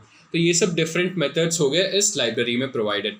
तो अभी ये जो है कोड है, तो इसको समझते हैं। यहाँ पे मैं एक स्ट्रिंग या फिर कैरेक्टर एरे बना रहा हूँ। तो स्ट्रिंग बेसिकली जैसे मैंने बताया था ये कलेक्शन ऑफ कैरेक्टर्स है। तो ये कलेक्शन ऑफ कैरेक्टर्स को हम जो एक एरे के साथ बना सकते हैं। तो यहाँ पे मैंने कैरेक्टर एरे बनाया है, तो मुझे char s1, और ये जो आप देख रहे हो तो इस तरह से जो अगर मैं पेरेंथेसिस दूंगा तो इसके अंदर मैं इस एरे का साइज दे सकता हूँ। तो इस तरह से मैंने कैरेक्टर एरे बनाया है s1 जिसका साइज 30 है। फिर मैं और एक कैरेक्टर एरे बना रहा हूँ s2 जिसका भी साइज 30 है। फिर इसके बाद गेट s, तो गेट s के साथ मैं यूज़र से जो है कोई भी इनपुट ले सकता हूँ। कोई भी इनपुट मतलब कोई भी स्ट्रिंग इनपुट ले सकता हूँ। तो गेट s और s1, जो यूज़र जो है पहला स्ट्रिंग देगा वो पहला स्ट्रिंग जो है s1 में स्टोर होगा। फिर यूज़र जो सेकेंड स्ट्रिंग देगा वो सेकेंड स्ट्रिंग जो है s2 में स्टोर होगा। तो s1 और s2 जो है हमारे तैयार हो गए। फिर हम ये सब जो है मेथड्स है, डिफरेंट टाइप के मेथड्स, उन सभी को यूज़ कर रहे हैं। तो सबसे पहले हम यहाँ पे length of string find out कर रहे हैं। तो length of string find out करना हो तो strlen यूज़ करेंगे और उसके अंदर हम s1 पास कर देंगे। तो इससे हमें पता चल रहा है कि इसका लेंथ क्या है। फिर strcat से हमें 2 स्ट्रिंग को कॉन्कैटिनेट करना, मतलब एक स्ट्रिंग है ग्रेट, दूसरा स्ट्रिंग है लर्निंग, तो उन दोनों को हमें जोड़ना हो तो strcat यूज़ कर सकते हैं। फिर हमारे पास आता है strcmp जिसके की जो है हम 2 स्ट्रिंग्स को कंपेयर कर सकते हैं। फिर str_lwr, जिससे जो है अगर हमारा पूरा स्ट्रिंग में जो है कुछ लेटर्स कैपिटल में है, कुछ लेटर्स स्मॉल में है, उन सभी को अगर मुझे लोअर में कन्वर्ट करना है तो str_lwr यूज़ करूँगा तो सभी जो है लोअर में कन्वर्ट हो जाएंगे। फिर str_upr से इसी तरह जो है मैं सभी को अपर केस में कन्वर्ट कर सकता हूँ। फिर str_cpy से जो है यहाँ पे मैं दो पैरामीटर दे रहा हूँ, s1 और s2। तो जो भी S2 में है वो जो है S1 में कॉपी हो जाएगा। तो ये जो है डिफरेंट मेथड्स है। तो हम दो स्ट्रिंग क्रिएट करके इन सभी मेथड्स के साथ अभी काम करेंगे। तो यहाँ पे ये सब जो एग्जिस्टिंग कोड है इसको मैं यहाँ से हटा देता हूँ और इसके अंदर सबसे पहले तो मुझे दो स्ट्रिंग क्रिएट करने पड़ेंगे। अगर दो स्ट्रिंग क्रिएट करने हैं तो मुझे दो कैरेक्टर एरे बनाने पड़ेंगे। यहाँ पे मैं लिखता हूँ char of S1 और इसका साइज मैं देता हूँ यहाँ पे 30 की ज़रूरत नहीं है, यहाँ पे मैं 20 दे देता हूँ। और फिर इसके बाद मैं दूसरा कैरेक्टर एरे बनाता हूँ जो कि S2 होगा, फिर से जो है इसका साइज़ मैं देता हूँ 20। तो इस तरह से मैंने दो कैरेक्टर एरे बना लिए। इसके बाद मैं गेट एस यूज़ करूँगा जिससे कि जो है मैं स्ट्रिंग, जो कोई भी स्ट्रिंग हो वो मैं यूज़र से ले सकता हूँ। और इसको मैं दो बार लिख देता हूँ क्योंकि मुझे दो स्ट्रिंग लेने हैं यूज़र से। तो यहाँ पे मैंने जो है गेट एस लिख दिया है। फिर इसके बाद मुझे अभी इसके अंदर मुझे पास करना पड़ेगा गेट एस। तो जो भी यूज़र देगा वो S1 में स्टोर होगा और जो यूज़र दूसरा स्ट्रिंग देगा वो जो है S2 में स्टोर होगा। तो इस तरह से जो है मैंने ये दोनों क्रिएट कर लिए। फिर इसके बाद मुझे डिफरेंट मेथड्स जो भी है उनके साथ काम करना पड़ेगा। तो यहाँ पे printf, और printf के अंदर मैं यहाँ पे लिख रहा हूँ लेंथ ऑफ स्ट्रिंग इज, यहाँ पे %d हो जाएगा और यहाँ पे मुझे strlen, और इसके अंदर यहाँ पे सबसे पहले अगर मुझे स्ट्रिंग्स के साथ काम करना हो तो मुझे string.h लोड करना पड़ेगा। तो उसको लोड कर लेते हैं वरना ये सब चलेंगे नहीं। यहाँ पे मुझे हैश इंक्लूड, यहाँ पे string.h लिखना पड़ेगा। तो इस तरह से जो है हमने स्ट्रिंग लाइब्रेरी को लोड कर दिया है। यहाँ पे लेंथ ऑफ स्ट्रिंग, इसके अंदर मैं S1 पास कर रहा हूँ। फिर इसके बाद मुझे अगर जानना हो कि या फिर मुझे दो स्ट्रिंग्स को कॉन्कैटिनेट करना हो, यहाँ पे मैं लिखता हूँ कॉन्कैटिनेशन ऑफ टू स्ट्रिंग्स। यहाँ पे मैं एक्चुअली %s लिख देता हूँ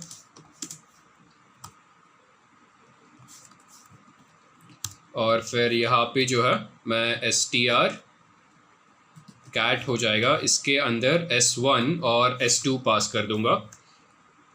फिर ये कॉन्कैटिनेशन का हो गया है। इसके बाद अगर मुझे जो है किसी चीज़ को लोअर में कन्वर्ट करना हो तो यहाँ पे मैं printf, यहाँ पे मैं लिखूँगा लोअर केस, यहाँ पे %s लिख देता हूँ। मान लीजिए जो भी मैंने S1 में स्टोर किया है, अगर उस चीज़ को जो है मुझे लोअर केस में कन्वर्ट करना हो तो strlwr, फिर इसमें जो है S1 पास कर दूंगा मैं। फिर इसके बाद मुझे अपर केस में अगर कन्वर्ट करना हो फिर से जो है printf, यहाँ पे मैं अपर केस लिख देता हूँ और फिर से यहाँ पे हाइफन देने के बाद मुझे यहाँ पे %s देना पड़ेगा क्योंकि रिजल्ट जो है स्ट्रिंग है। तो यहाँ पे strupr हो जाएगा और इसके अंदर मैं S2 पास करूँगा। फिर ये सब चीज़ें हमने प्रिंट कर लिया है, बेसिक चीज़ें। तो अभी इसको हम एग्जीक्यूट करेंगे, कंपाइल एंड रन। तो मुझे दो स्ट्रिंग देने पड़ेंगे। तो मैं पहला स्ट्रिंग यहाँ पे देता हूँ ग्रेट और दूसरा स्ट्रिंग यहाँ पे देता हूँ लर्निंग। तो अभी देखते हैं रिजल्ट क्या आता है। तो सबसे पहले तो हम लेंथ फाइंड आउट कर रहे थे। तो यहाँ पे length of string is %d। तो लेंथ ऑफ यहाँ पे S1, तो S1 में गिनते हैं कितने कैरेक्टर्स है, तो 1 2 3 4 5। आप देख रहे हो लेंथ ऑफ स्ट्रिंग इज 5 यहाँ पे आ गया है। फिर कॉन्कैटिनेशन ऑफ टू स्ट्रिंग्स, यहाँ पे हम कॉन्कैटिनेट क्या कर रहे हैं, ग्रेट और लर्निंग को। तो यहाँ पे कॉन्कैटिनेशन ऑफ टू स्ट्रिंग्स आपको ग्रेट लर्निंग मिल गया है। फिर इसके बाद जो है हम लोअर केस में कन्वर्ट कर रहे थे S1 को। तो यहाँ पे प्रिंट हो रहा है लोअर केस और आप देख रहे हो इनिशियली हमने यहाँ पे ग्रेट दिया था विथ कैपिटल G और ये पूरा जो है यहाँ पे ग्रेट हो गया है। यहाँ पे पूरा जो है मतलब स्मॉल में कन्वर्ट हो गया है, ग्रेट लर्निंग। फिर हम जो है अपर केस में कन्वर्ट कर रहे हैं यहाँ पे। तो अपर केस हमने यहाँ पे लिखा है और अपर केस में जो है हम S2 पास कर रहे हैं। तो S2 में जो है हमारे पास लर्निंग स्टोर था। तो क्योंकि यहाँ पे इनिशियली जो है एल कैपिटल थे और बाकी सब लेटर्स जो है स्मॉल थे, बट हमने यूपीआर हमने एसटीआर यूपीआर यूज़ करके जो है इस पूरे चीज़ को हमने कैपिटल केस में कन्वर्ट कर दिया है। तो ये कुछ एग्जांपल्स हो गए स्ट्रिंग टाइप के। इसके बाद हम मैथ लाइब्रेरी के साथ काम करेंगे। जैसे स्ट्रिंग था, स्ट्रिंग डॉट हेच के साथ जो है हमें डिफरेंट स्ट्रिंग फंक्शंस मिले, इसी तरह जो है हम मैथ डॉट हेच लाइब्रेरी यूज़ कर सकते हैं। तो मैथ डॉट हेच लाइब्रेरी जो है हमें डिफरेंट मैथमेटिकल फंक्शंस देता है।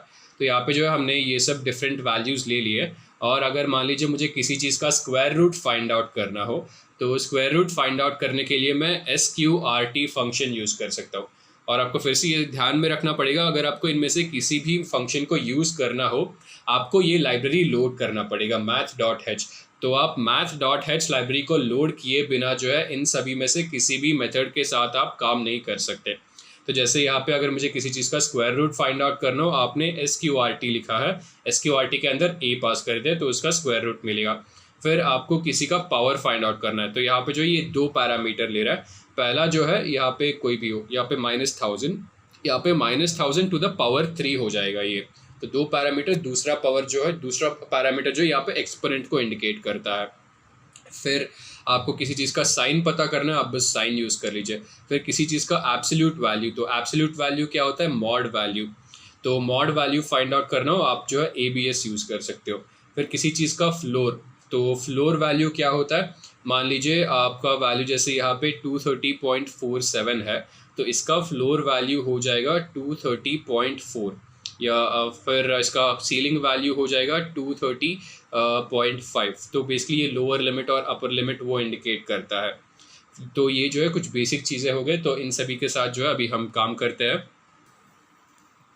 तो हम सबसे पहले जो है एक इंटीजर क्रिएट कर लेते हैं। यहाँ पे एक्चुअली हम एक फ्लोटिंग वैल्यू बना लेते हैं। तो यहाँ पे मैं लिखूंगा float a is equal to, इसमें हम 100 स्टोर करेंगे। फिर अभी मान लीजिए इसके बाद जो है मुझे इसका स्क्वायर रूट फाइंड करना हो, तो यहाँ पे printf लिखूंगा, और printf के अंदर यहाँ पे मैं लिखूंगा स्क्वायर रूट ऑफ, या फिर बस स्क्वायर रूट एस %f। यहाँ पे मुझे SQRT यूज़ करना पड़ेगा, और SQRT के अंदर जो है मैं a पास कर दूंगा। और अभी इसको एग्जीक्यूट करते हैं और देखते हैं रिजल्ट क्या आता है। यहाँ पे स्क्वायर रूट है 10, जो कि करेक्ट आंसर है, क्योंकि 100 का स्क्वायर रूट जो है 10 है। इसी तरह अगर मुझे मान लीजिए साइन फाइंड आउट करना हो 100 का, यहाँ पे मैं साइन फंक्शन यूज़ कर लेता हूँ। यहाँ पे मैं इसको चेंज करके साइन s, फिर इसको हम एग्जीक्यूट करेंगे। तो 100 का साइन वैल्यू जो है शायद से ये है -0.50 समथिंग। इसी तरह जो है हम कॉस देखते हैं, तो यहाँ पे मैं लिखूँगा कॉस, और अभी इसको हम कंपाइल एंड रन करते हैं। इससे जो है ये एक्चुअली कॉस है, क्योंकि मैंने यहाँ पे इसको चेंज नहीं किया इसलिए साइन आ रहा है। जो actually cos of this is 0.86। तो इस तरह से जो है हम डिफरेंट जो भी मैथमेटिकल फंक्शंस है, इन सभी फंक्शंस के साथ जो है काम कर सकते हैं। इसके बाद फिर बुलियन हो गया। तो बुलियन के साथ हम ऑलरेडी काम कर चुके हैं, बट फिर से और एक बार हम एग्जांपल देख लेते हैं।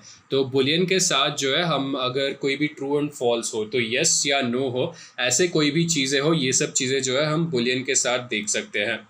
तो और ये नॉर्मली जो है किसी भी चीज़ का स्टेटस या फिर स्टेट को जो है अपडेट करने में यूज़ किया जाता है। तो यहाँ पे इनिशियली हमारे पास जो है एक बुलियन वेरिएबल है मशीन इज वर्किंग, और इसका इनिशियल वैल्यू हमने ट्रू रखा है। फिर यहाँ पे हम प्रिंट कर रहे हैं since this machine is working it's value is %t। तो यहाँ पे हम बस मशीन इज़ वर्किंग प्रिंट कर रहे हैं, तो क्योंकि यहाँ पे ट्रू है यहाँ पे 1 मिल जाएगा। फिर हम इसको अपडेट करके जो है इसको फॉल्स कर रहे हैं, क्योंकि ये फॉल्स हो गया है। अभी जो है यहाँ के 1 के बदले जो है ये 0 हो जाएगा। तो फिर से जो है यही चीज़ इम्प्लीमेंट करते हैं। मुझे एक बुलियन वैल्यू क्रिएट करना पड़ेगा। यहाँ पे बूल, यहाँ पे मैं कुछ छोटा सा ही ले लेता हूँ। तो bool a is equal to true, यहाँ पे फिर printf कर देता हूँ। फिर इसमें जो है मशीन इज वर्किंग, यहाँ पे फिर %d हो जाएगा, और यहाँ पे जो है मैं a को प्रिंट करूँगा। फिर इसके बाद मैं a को फॉल्स कर देता हूँ, और a को फॉल्स करने के बाद जो है मैं फिर से और एक printf यूज़ करूँगा, और printf के बाद मैं लिखूँगा यहाँ पे मशीन इज़ नॉट वर्किंग, और यहाँ पे मैं %d यूज़ करके यहाँ पे जो है मैं b पास कर दूंगा। यहाँ पे मुझे e पास करना पड़ेगा।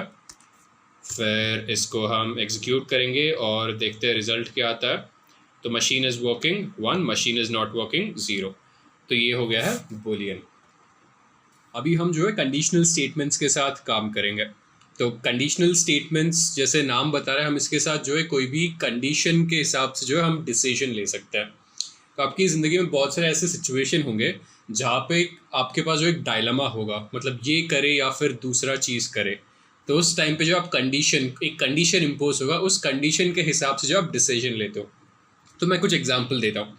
तो मान लीजिए बाहर जो है बहुत बारिश हो रही है और आपको जो है फुटबॉल खेलने का मन कर रहा है। क्योंकि बारिश हो रही है तो आप जो है बाहर फुटबॉल नहीं खेल सकते। तो यहाँ पे कंडीशन ये है, अगर अगले 1 घंटे तक बारिश होगी तो आप फुटबॉल नहीं खेल सकते। अगर वही 1 घंटे बाद बारिश ख़त्म हो जाती है या फिर 1 घंटे से पहले बारिश जो है रुक जाती है, तब आप जो है बाहर जाके फुटबॉल खेल सकते हो। तो ये कंडीशन के हिसाब से जो आप डिसीजन ले रहे हो। तो अगर बारिश हो रही है तो आप फुटबॉल नहीं खेल सकते। अगर वही बारिश रुक जाती है तब आप जाके जो है फुटबॉल खेल सकते हो। तो और एक एग्जांपल लेते हैं। तो मान लीजिए आपका जो है कोई एग्ज़ाम आ रहा है और उस एग्ज़ाम के लिए जो है आपने एक मॉक टेस्ट दिया है। तो आपके पेरेंट्स बोलते हैं कि अगर आपका जो है मार्क्स इस मॉक टेस्ट में 70 से ज़्यादा आते हैं तब आपको जो है एक पार्टी मिलेगी।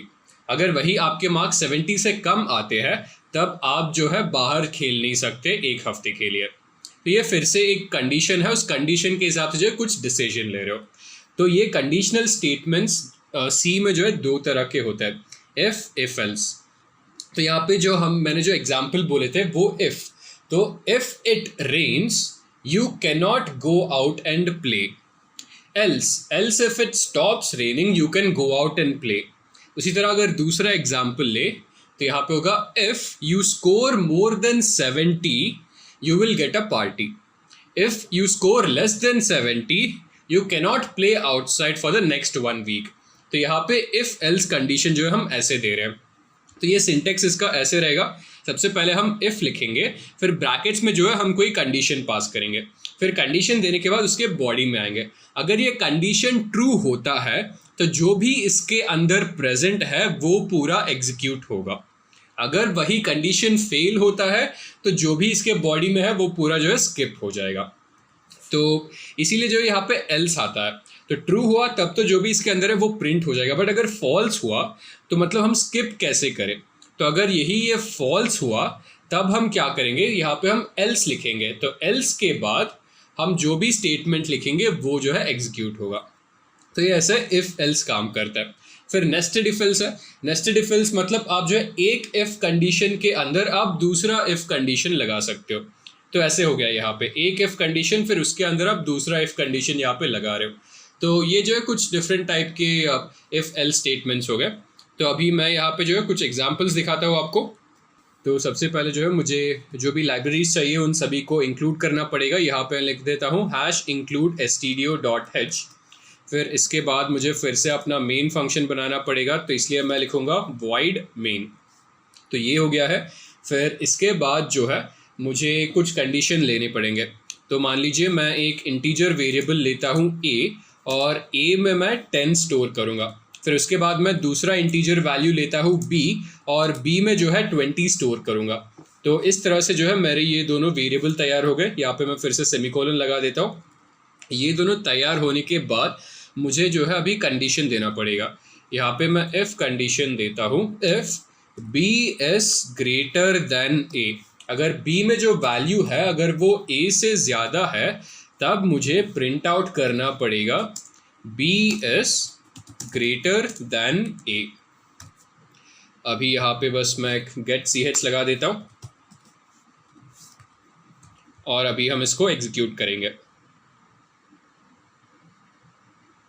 तो हमें ये जो है मिल रहा है।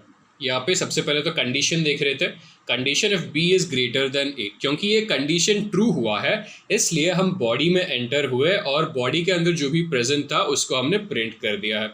अगर मान लीजिए मैं कंडीशन को रिवर्स कर दूँ, if a is greater than b then print this. तो यहाँ पे ये कंडीशन आप जिस देख रहे हो फॉल्स है, because 10 is not greater than 20। तो इस केस में देखते हैं क्या होता है। यहाँ पे कंपाइल एंड रन क्लिक करूंगा। यहाँ पे आप देख रहे हो ये जो है ब्लैंक स्क्रीन है, और ये ब्लैंक स्क्रीन इसलिए दिख रहा है यहाँ पे क्योंकि हम ये जो लिखा है हमने इफ के अंदर वो पूरा स्किप हो गया है। क्योंकि ये फॉल्स है इसलिए जो भी इसके बॉडी के अंदर था वो पूरा स्किप हो गया है। तो इसलिए यहाँ पे हम एल्स यूज़ करेंगे।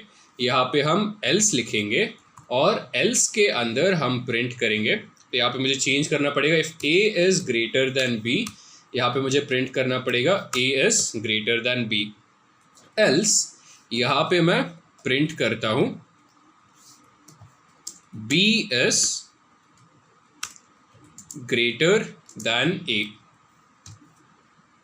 तो ये हमने जो है एल्स के अंदर हमने ये स्टेटमेंट लिख दिया है, और यहाँ पे हमें रिजल्ट मिलता है B is greater than a.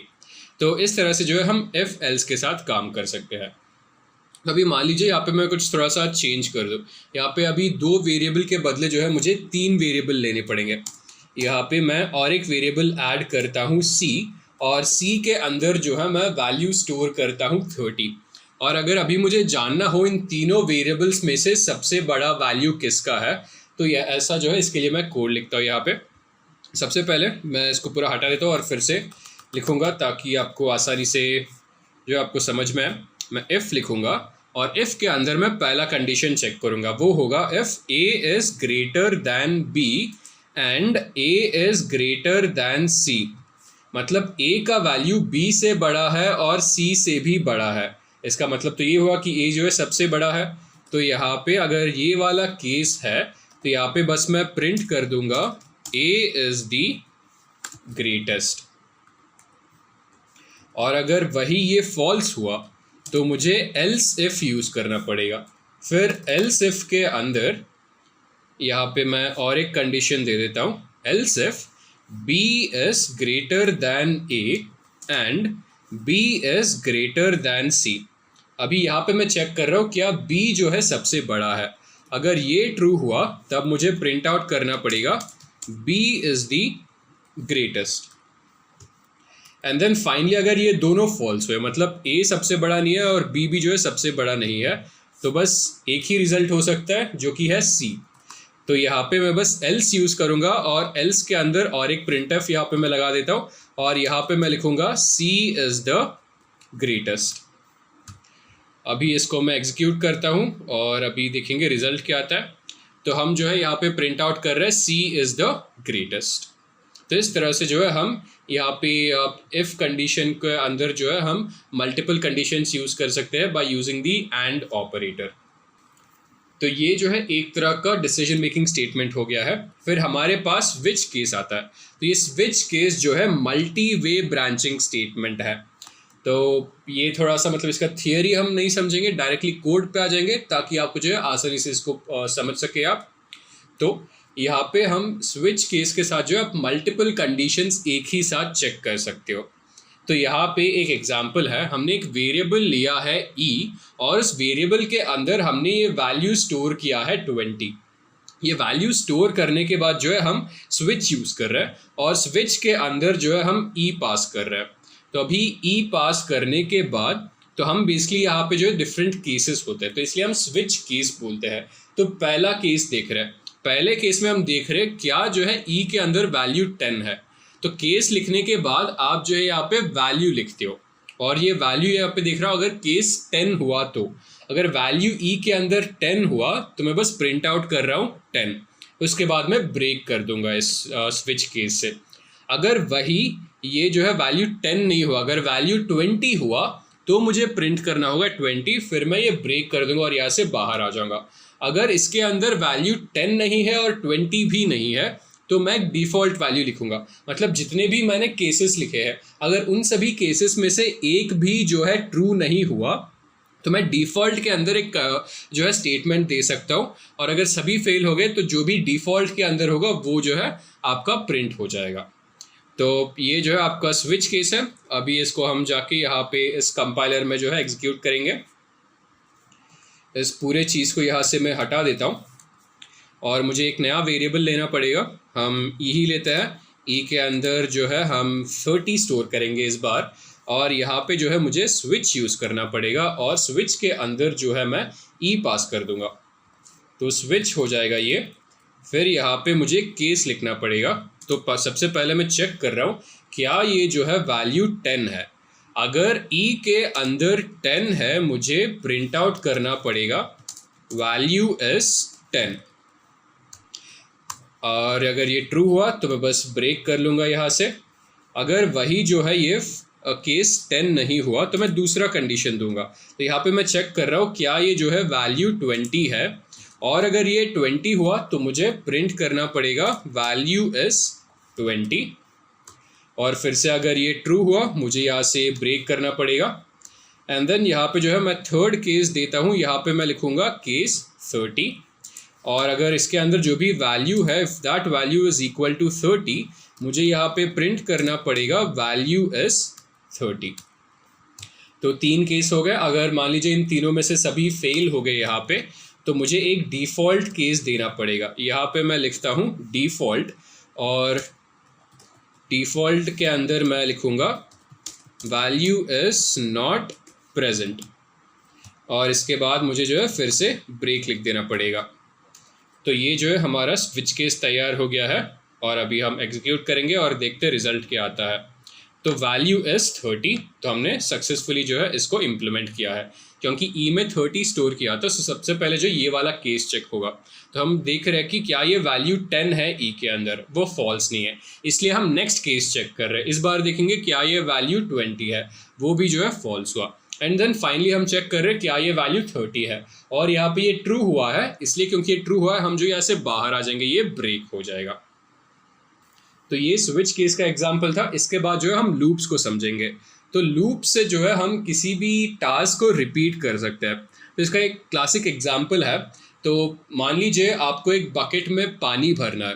तो अगर आपको इस बकेट में पानी भरना हो और आप जो है वो पानी बस जो है एक मग के साथ भर सकते हो, तो आप क्या करोगे, मग में पानी लोगे, फिर उसको बकेट में डाल दोगे। फिर आप देखोगे क्या ये बकेट भरा है, नहीं भरा है। अगर नहीं भरा है तो फिर से आप जो है मग में पानी लोगे, फिर से उसको बकेट में डाल दोगे। फिर से आप चेक करोगे क्या जो है आपका बकेट भर गया है। अगर नहीं भरा है फिर से जो है आप जो है आप मग में पानी लोगे, फिर से उसको बकेट में डाल दोगे। आप ये प्रोसेस तब तक रिपीट करोगे जब तक जो है आपका बकेट पूरी तरह पानी से भर नहीं जाता। तो यहाँ पे आप क्या कर रहे हो, लूप में आप जो है एक टास्क को रिपीट कर रहे हो। तो इस तरह से जो है हम लूपिंग स्टेटमेंट्स के साथ काम कर सकते हैं। तो सी में जो है हमारे पास नॉर्मली 2 इंपॉर्टेंट लूप्स होते हैं। एक हो गया है फॉर लूप, दूसरा हो गया है व्हाइल लूप। तो इन दोनों लूप्स के साथ जो है हम काफ़ी टास्क जो है रिपीट कर सकते हैं। तो मान लीजिए यहाँ पे तो फॉर लूप जो ये सिंटेक्स जो है ऐसा दिखता है। इसके अंदर आप 3 टास्क कर रहे हो। एक जो है वेरिएबल को इनिशियलाइज कर रहे हो, फिर आप जो है एक कंडीशन चेक कर रहे हो यहाँ पे, फिर जो है इस वेरिएबल को आप इंक्रीमेंटेड डिक्रीमेंट कर रहे हो। तो आप तीनों चीज़ें फॉर लूप के इस वाले जो है पेरेंथेसिस के अंदर ही आप कर लेते हो। तो मान लीजिए यहाँ पे आई का वैल्यू 0 है, फिर आप ये मान लीजिए आपको 0 से लेकर 10 तक प्रिंट करना हो। तो यहाँ पे आप जो है n में अगर आपने कंडीशन दिया है 11, तो ये i का वैल्यू जो है 0 से लेकर जो है 10 तक जाएगा। तो सबसे पहले i का वैल्यू 0 है, फिर यहाँ पे कंडीशन चेक होगा, इज 0 लेस देन 11। अगर ये ट्रू हुआ तो हम जो है अंदर जाएंगे, प्रिंट कर देंगे। प्रिंट करने के बाद i का वैल्यू इंक्रीमेंट हो जाएगा। अभी जो i का वैल्यू 0 है वो इंक्रीमेंट होके 1 हो जाएगा। 1 होने के बाद हम फिर से चेक करेंगे क्या 1 जो है 11 से छोटा है। अगर ये ट्रू हुआ फिर से हम अंदर जाएंगे और हम जो है 1 प्रिंट कर देंगे। फिर से जो है i का वैल्यू इंक्रीमेंट होगा, अभी 1 से 2 बन गया।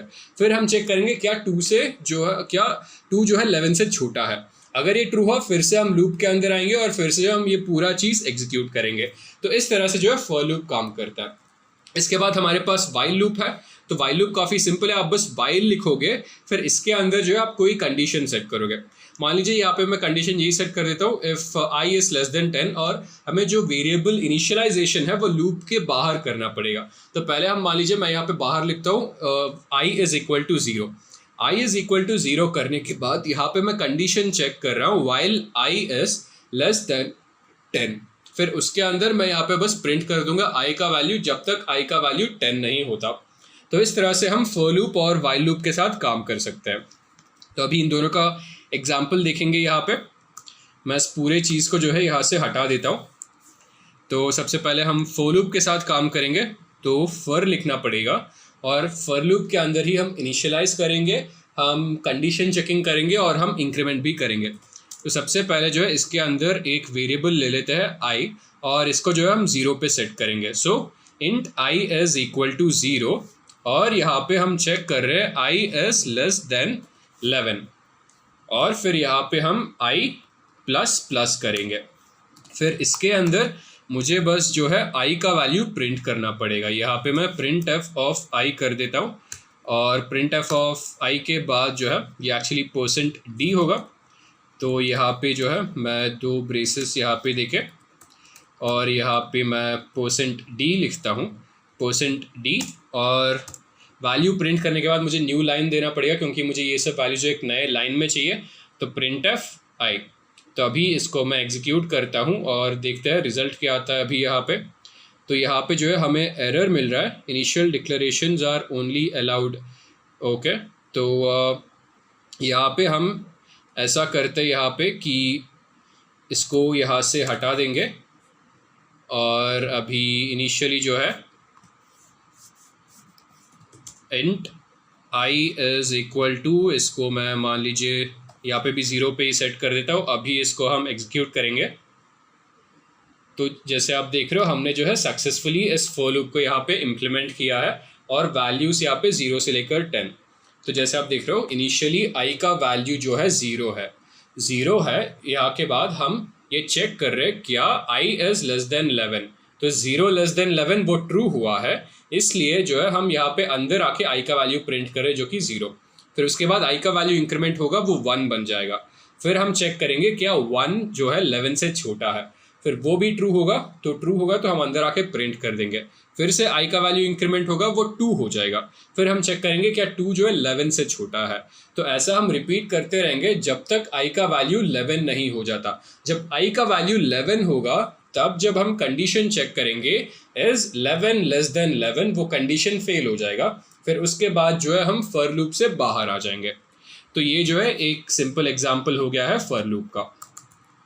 इसके बाद हम वाइल लूप के साथ काम करते हैं। तो यहाँ पे वाइल हो गया है, और वाइल के अंदर अभी मैं कंडीशन देख रहा हूँ, while I is less than 5। मुझे बस आई का वैल्यू प्रिंट आउट करना पड़ेगा। यहाँ पे प्रिंट एफ, यहाँ पे %d, फिर यहाँ पे न्यू लाइन ले लेता हूँ, और यहाँ पे जो है मुझे बस आई का वैल्यू प्रिंट आउट करना पड़ेगा। फिर इसके बाद मैं आई का वैल्यू इंक्रीमेंट भी करता हूँ, I is equal to I plus 1। अभी हम एग्जीक्यूट करेंगे। तो returned ID returned 1 exit status. तो इस एरर को समझते हैं। तो ये जो हमने कोड लिख दिया, अभी इसको हम एग्जीक्यूट करके देखेंगे। तो हमें जो है 0 1 2 3 4 मिला है यहाँ पे। तो इनिशियली जो है आई का वैल्यू 0 है, फिर यहाँ पे हम कंडीशन चेक करें if I is less than 5, ये ट्रू है। फिर हम इसके बॉडी के अंदर आएंगे और आई का वैल्यू प्रिंट कर देंगे जो कि 0 है। फिर हम आई को इंक्रीमेंट कर रहे हैं यहाँ पे, तो 0 से जो है आई 1 बन गया है। फिर इसके बाद हम कंडीशन चेक करेंगे इज 1 लेस देन 5, फिर से ये ट्रू हुआ, फिर से हम प्रिंट कर देंगे। तो इस तरह से आई का वैल्यू इंक्रीमेंट होते होते जो है आई फाइनली 5 बन जाएगा। और जब आई का वैल्यू 5 हो जाएगा तब हम चेक कर रहे हैं 5 इज लेस देन 5, और क्योंकि ये फॉल्स है हम जो है लूप से बाहर आ जाएंगे। तो अभी हम एरे का कॉन्सेप्ट समझते हैं। तो अब एरे जैसे हमने स्ट्रिंग के साथ देखा था जब हम कैरेक्टर एरे बना रहे थे, तो मान लीजिए आपको बहुत सारे एलिमेंट्स अगर किसी सेम डेटा टाइप के स्टोर करने हो तब आप मल्टीपल वेरिएबल्स तो क्रिएट नहीं कर सकते। जैसे यहाँ पे वही एग्जांपल है। तो मान लीजिए आपको मल्टीपल स्टूडेंट्स हैं एक क्लास में, मान लीजिए अगर 100 स्टूडेंट है और उन सभी 100 स्टूडेंट का आपको जो है नाम स्टोर करना है और उनके मार्क्स भी स्टोर करने हैं।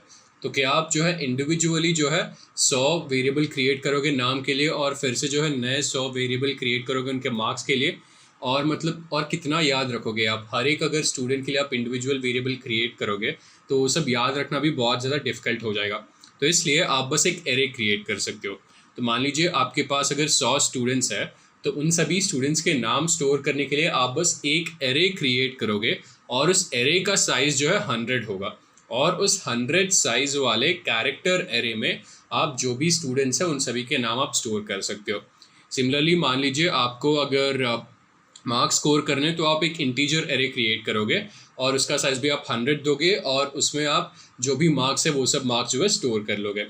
और एरे जो है सिंगल डिमेंशनल होता है, मल्टी डिमेंशनल होता है। तो सिंगल डिमेंशनल मतलब हमारे पास बस सारे एलिमेंट जो है वो एक ही रो में प्रेजेंट होता है, और मल्टी डिमेंशनल मतलब रोस और कॉलम्स। तो यहाँ पे आप जैसे देख रहे हो यहाँ पे एक ये 2x3 एरे यहाँ पे बनाया गया है। तो एरे बनाना काफ़ी सिंपल है। आपको बस सबसे पहले ये डेटा टाइप देना पड़ेगा, इंटीजर या फिर ये कोई भी हो, ये इंटीजर हो, कैरेक्टर हो, डबल हो, किसी टाइप का भी हो। और यहाँ पे फिर वेरिएबल का नाम और यहाँ पे पेरेंथेसिस में आपको साइज देना पड़ेगा। तो यहाँ पे हम सिंगल डिमेंशनल एरे जो है ऐसे बना रहे हैं। फिर यहाँ पे हम जो है मल्टी डिमेंशनल एरे बना रहे हैं। तो ये मल्टी डिमेंशनल बेसिकली ये 2 डिमेंशनल एरे है। तो यहाँ पे 2 डिमेंशनल एरे के लिए मुझे 2 पेरेंथेसिस देने पड़ेंगे और इसके अंदर मैं 10 और 10 पास कर रहा हूँ। इसका मतलब ये है कि जो है ये 10x10 एरे है, मतलब 10 रो होंगे और 10 कॉलम होंगे। तो इस तरह से जो है हम सिंगल डिमेंशनल और मल्टी डिमेंशनल एरे क्रिएट कर सकते हैं। तो अभी देखते हैं एरे को इनिशियलाइज कैसे करते हैं। तो यहाँ पे जो हम स्टैटिक इनिशियलाइजेशन कर रहे हैं, तो यहाँ पे हम ऐसे एरे को पहले हम डिक्लेयर कर देंगे, मतलब एरे का नाम दे देंगे, फिर इसके अंदर वैल्यूज़ पास करने हैं। तो इसका साइज़ 10 है। तो साइज़ क्योंकि यहाँ पे 10 है तो इसलिए जो है मैं यहाँ पे 10 वैल्यूज़ पास कर रहा हूँ, 0 से लेकर 9 तक, कमा से सेपरेटेड है ये सब। और इन सभी वैल्यूज़ को जो है मैं ये कर्ली ब्रेसेस में पास करूँगा। इसी तरह यहाँ पे मैं कैरेक्टर एरे पास कर रहा हूँ। तो यहाँ पे कैरेक्टर एरे और इसका साइज़ 5 है और यहाँ पे मैं HELLO पास कर रहा हूँ जो कि बेसिकली हेलो है। तो अभी जाके जो है हम कुछ एरेज बनाते हैं। तो यहाँ पे फिर से मैं जो भी रिक्वायर्ड लाइब्रेरीज है उन सभी को लोड कर देता हूँ। #include stdio.h हो जाएगा यहाँ पे। फिर इसके बाद मैं void main लिखूँगा और void main के अंदर यहाँ पे जो है अभी मैं मान लीजिए मुझे एक इंटीजर एरे क्रिएट करना हो, यहाँ पे int a और इसके अंदर जो है मैं 10 पास करूँगा। फिर इसके बाद जो है मुझे इसमें कुछ वैल्यूज़ देने पड़ेंगे और ये वैल्यूज़ 0 से लेकर 9 तक जाएंगे। तो 0 1 2 3 4 5 6 7 8 और 9। तो ऐसे जो है मैंने ये सब वैल्यूज़ इसमें पास कर दिए। तो अभी ये वैल्यूज़ तो मैंने क्रिएट कर दिए हैं और एरे भी क्रिएट हो गया। तो अभी इसको प्रिंट कैसे करें? तो इसको प्रिंट करने के लिए हमें जो एक फॉर लूप की ज़रूरत पड़ेगी। तो यहाँ पे फॉर लूप के लिए सबसे पहले मैं int i को सेट कर लेता हूँ और यहाँ पे फॉर स्टार्ट करता हूँ और ये जो है i = 0 इनिशियलाइज हो गया है और ये जाएगा 10 तक। और आपको याद रखना पड़ेगा एरे का इंडेक्स वैल्यू जो है 0 से स्टार्ट होता है। जो फर्स्ट एलिमेंट है वो फर्स्ट एलिमेंट इंडेक्स 0 पे प्रेजेंट होगा, सेकेंड एलिमेंट इंडेक्स 1 पे प्रेजेंट होगा, थर्ड एलिमेंट इंडेक्स 2 पे प्रेजेंट होगा और ये जो ऐसे प्रोग्रेस होता जाएगा। और यहाँ पे मैं एक सेमीकोलन देता हूँ और आपको फॉर लूप में ये ध्यान रखना पड़ेगा कि ये जो है आप अंदर सेमीकोलन देते हो कमानी। तो i = 0, i < 10 और यहाँ पे मैं i++ लिख देता हूँ। तो यहाँ पे जो ये तीनों चीज़ें मैंने कर दिया है, यहाँ पे इनिशियलाइज कर दिया है, फिर मैंने यहाँ पे कंडीशन चेकिंग कर दिया और फिर वैल्यू को भी इंक्रीमेंट कर दिया। और इन तीनों चीज़ों के बाद जो है मुझे बस इस एरे में जो भी प्रेजेंट है उसको प्रिंट करना पड़ेगा। यहाँ पे printf हो जाएगा और क्योंकि ये इंटीजर है तो यहाँ पे मुझे %d लिखना पड़ेगा और हर एक वैल्यू के बाद मैं एक न्यू लाइन ऐड कर देता हूँ। और इसके बाद मुझे एक्चुअली क्या प्रिंट करना है, a(i). तो अगर मुझे एरे के वैल्यूज़ को प्रिंट करना है तो यहाँ पे a(i), तो इनिशियली i का वैल्यू 0 है, मतलब मैं a(0) प्रिंट करूँगा। a(0) मतलब ये, फिर i इंक्रीमेंट हो जाएगा, i बनेगा 1, तब मैं a(1) प्रिंट करूँगा। तो a(1) मतलब ये, फिर से i इंक्रीमेंट होगा, i का वैल्यू 2 बनेगा, तब मैं a(2) प्रिंट कर रहा हूँ और a(2) पे प्रेजेंट है ये वाला वैल्यू। तो इस तरह से जो भी एरे में वैल्यूज़ है उन सभी को मैं प्रिंट कर सकता हूँ। यहाँ पे बस मैं get ch देता हूँ फिर से और अभी हम इसको जो है एग्जीक्यूट करेंगे, कंपाइल एंड रन। तो आप देख रहे हो इस तरह से जो है मैंने ये एरे क्रिएट किया है जिसमें सबसे पहले तो मैंने ये सब वैल्यू स्टोर किए। वैल्यू स्टोर करने के बाद मैंने फॉर लूप के साथ जो है इन सभी को प्रिंट कर दिया है। तो ये इंटीजर एरे है। इसी तरह जो है हम एक कैरेक्टर एरे भी क्रिएट कर लेते हैं। तो यहाँ पे मैं कैरेक्टर एरे के लिए char c से डिनोट करता हूँ और इसका साइज़ जो है मैं 5 दे देता हूँ और यहाँ पे = दूंगा और इसके अंदर मैं कुछ वैल्यूज़ पास करूँगा। तो पहला वैल्यू हो जाएगा h, इसके बाद e, इसके बाद l, फिर से जो है l हो जाएगा और इसके बाद जो है मैं o पास करूँगा। तो इस तरह से जो है मैंने ये कैरेक्टर एरे क्रिएट कर दिया है और अभी इसको प्रिंट करने के लिए मैं एक नया फॉर लूप लेता हूँ और ये फॉर लूप में फिर से i = 0 होगा और ये जो है 5 तक जाएगा, क्योंकि यहाँ पे ये एलिमेंट्स जो है 0 से लेकर 4 तक है। तो H is present at index 0, E present है इंडेक्स 1 पे, L प्रेजेंट है इंडेक्स 2 पे, फिर से ये L प्रेजेंट है इंडेक्स 3 पे, और O प्रेजेंट है इंडेक्स 4 पे। तो इंडेक्स वैल्यू 0 से लेकर 4 तक जाएंगे। यहाँ पे I प्लस प्लस हो जाएगा, फिर मुझे बस जो भी है इसके अंदर उन सभी चीज़ों को प्रिंट करना पड़ेगा। तो यहाँ पे प्रिंट F, और मुझे प्रिंट क्या करना है, कैरेक्टर। तो यहाँ पे %C हो जाएगा। यहाँ पे मुझे एक न्यू लाइन देना पड़ेगा, और यहाँ पे जो है मैं बस C ऑफ I लिख देता हूँ, और अभी इसको जो है हम एग्जीक्यूट करेंगे। तो इस तरह से मैंने कैरेक्टर एरे क्रिएट किया है, और कैरेक्टर एरे के अंदर जो भी वैल्यूज़ प्रेजेंट थे उनको भी मैंने प्रिंट कर दिया। तो वो हो गया एरे। अभी हम पॉइंटर्स समझते हैं। तो जैसे यहाँ पे लिखा है, pointers are variables which store the address of a variable. तो नॉर्मली जो है, अगर किसी केसेस में हमें अगर एड्रेस के किसी भी वेरिएबल हो, उस वेरिएबल के एड्रेस के साथ डायरेक्टली हमें काम करना हो, तब हमें पॉइंटर्स की काफ़ी ज़रूरत पड़ती है। जब हम डेटा स्ट्रक्चर्स और एल्गोरिदम्स के बारे में सीखेंगे तो उस टाइम पे जो है हमें पॉइंटर्स की काफ़ी ज़रूरत पड़ती है, क्योंकि हमें एड्रेस के साथ डायरेक्टली डील करना पड़ता है। तो यहाँ पे एक एग्जांपल है। सबसे पहले जो है हम एक इंटीजर यहाँ पे वेरिएबल क्रिएट कर रहे हैं a, और a में हमने जो है वैल्यू स्टोर कर दिया है 10, और यहाँ पे पॉइंटर क्रिएट करने के लिए मुझे स्टार यूज़ करना पड़ेगा। तो यहाँ पे मैं लिख रहा हूँ int star p is equal to and a। तो एंड a का मतलब है एड्रेस। तो इस वेरिएबल का जो एड्रेस है वो मैं जो है इस पॉइंटर में स्टोर कर रहा हूँ। तो पॉइंटर क्रिएट करने के लिए मुझे स्टार p लिखना पड़ेगा। तो ये इंटीजर का जो एड्रेस है, इंटीजर वेरिएबल का जो एड्रेस है, वो मैं इस इंटीजर पॉइंटर में स्टोर कर रहा हूँ। तो star p is equal to and a। तो इस तरह से ये एड्रेस लेके मैं इस पॉइंटर में जो है स्टोर कर रहा हूँ। तो यहाँ पे एग्जाम्पल समझते हैं। तो यहाँ पे इसी तरह जो है मैंने एक इंटीजर वेरिएबल क्रिएट किया है a, और a में जो है मैंने 20 स्टोर किया है। फिर उसके बाद मैंने एक इंटीजर पॉइंट क्रिएट किया है। तो इंटीजर जो है पॉइंटर क्रिएट करने के लिए मुझे स्टार p लिखना पड़ेगा। तो ये क्रिएट हो गया। इसके बाद मैंने इस वेरिएबल का जो एड्रेस है वो एड्रेस लेके जो है इस पॉइंटर में स्टोर कर दिया। फिर जब इसके बाद मुझे अगर एड्रेस प्रिंट करना हो, तो एड्रेस ऑफ a, यहाँ पे मैं %x प्रिंट कर रहा हूँ। तो मुझे अगर किसी भी वेरिएबल का एड्रेस प्रिंट करना हो तो मुझे %x यूज़ करना पड़ेगा। तो यहाँ पे एंड a, तो हम ये ऑलरेडी समझ चुके हैं कि एंड a का मतलब है एड्रेस ऑफ a। फिर यहाँ पे content of p, content of p मतलब p क्या है, पॉइंटर, और इस पॉइंटर के अंदर क्या स्टोर्ड है, एड्रेस ही प्रेजेंट है। इसलिए यहाँ पे फिर से %x यूज़ करो और p प्रिंट कर रहा हूँ। तो यहाँ पे अगर आप एंड a प्रिंट करो या फिर p प्रिंट करो, आपको एक ही चीज़ मिलेगा। आप जैसे देख रहे हो p is equal to and a, तो p में भी जो है सेम चीज़ स्टोर्ड है और एंड a में भी सेम चीज़ स्टोर्ड है, जो कि ये इंटीजर वेरिएबल का एड्रेस है।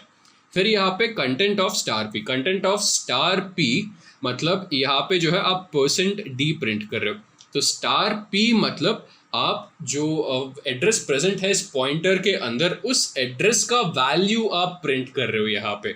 तो एड्रेस का वैल्यू मतलब ये 20 प्रिंट कर रहे हो। तो ये जो है कुछ बेसिक कंपोनेंट्स हो गए पॉइंटर्स के। तो अभी जाके हम इसका एग्जांपल देखेंगे। तो सबसे पहले मैं एक इंटीजर वेरिएबल क्रिएट कर लेता हूँ यहाँ पे इंट a, और a में जो है मैं 20 स्टोर कर लेता हूँ। फिर मुझे एक पॉइंटर क्रिएट करना पड़ेगा। यहाँ पे पॉइंटर क्रिएट करने के लिए मैं इंट स्टार p लिखता हूँ। इसके अंदर मैं लिखूँगा एंड a, मतलब a का एड्रेस जो है मैं इसके अंदर स्टोर कर रहा हूँ। तो वेरिएबल क्रिएट हो गया है और पॉइंटर भी क्रिएट हो गया है। ये दोनों क्रिएट होने के बाद जो है मैं बस कुछ चीज़ें प्रिंट कर लेता हूँ यहाँ पे। तो यहाँ पे जो है मैं लिखूँगा प्रिंट f। तो यहाँ पे लिखता हूँ मैं एड्रेस ऑफ a, और यहाँ पे एड्रेस ऑफ a के लिए मुझे %x लिखना पड़ेगा, और मैं यहाँ पे बस p प्रिंट कर दूँगा।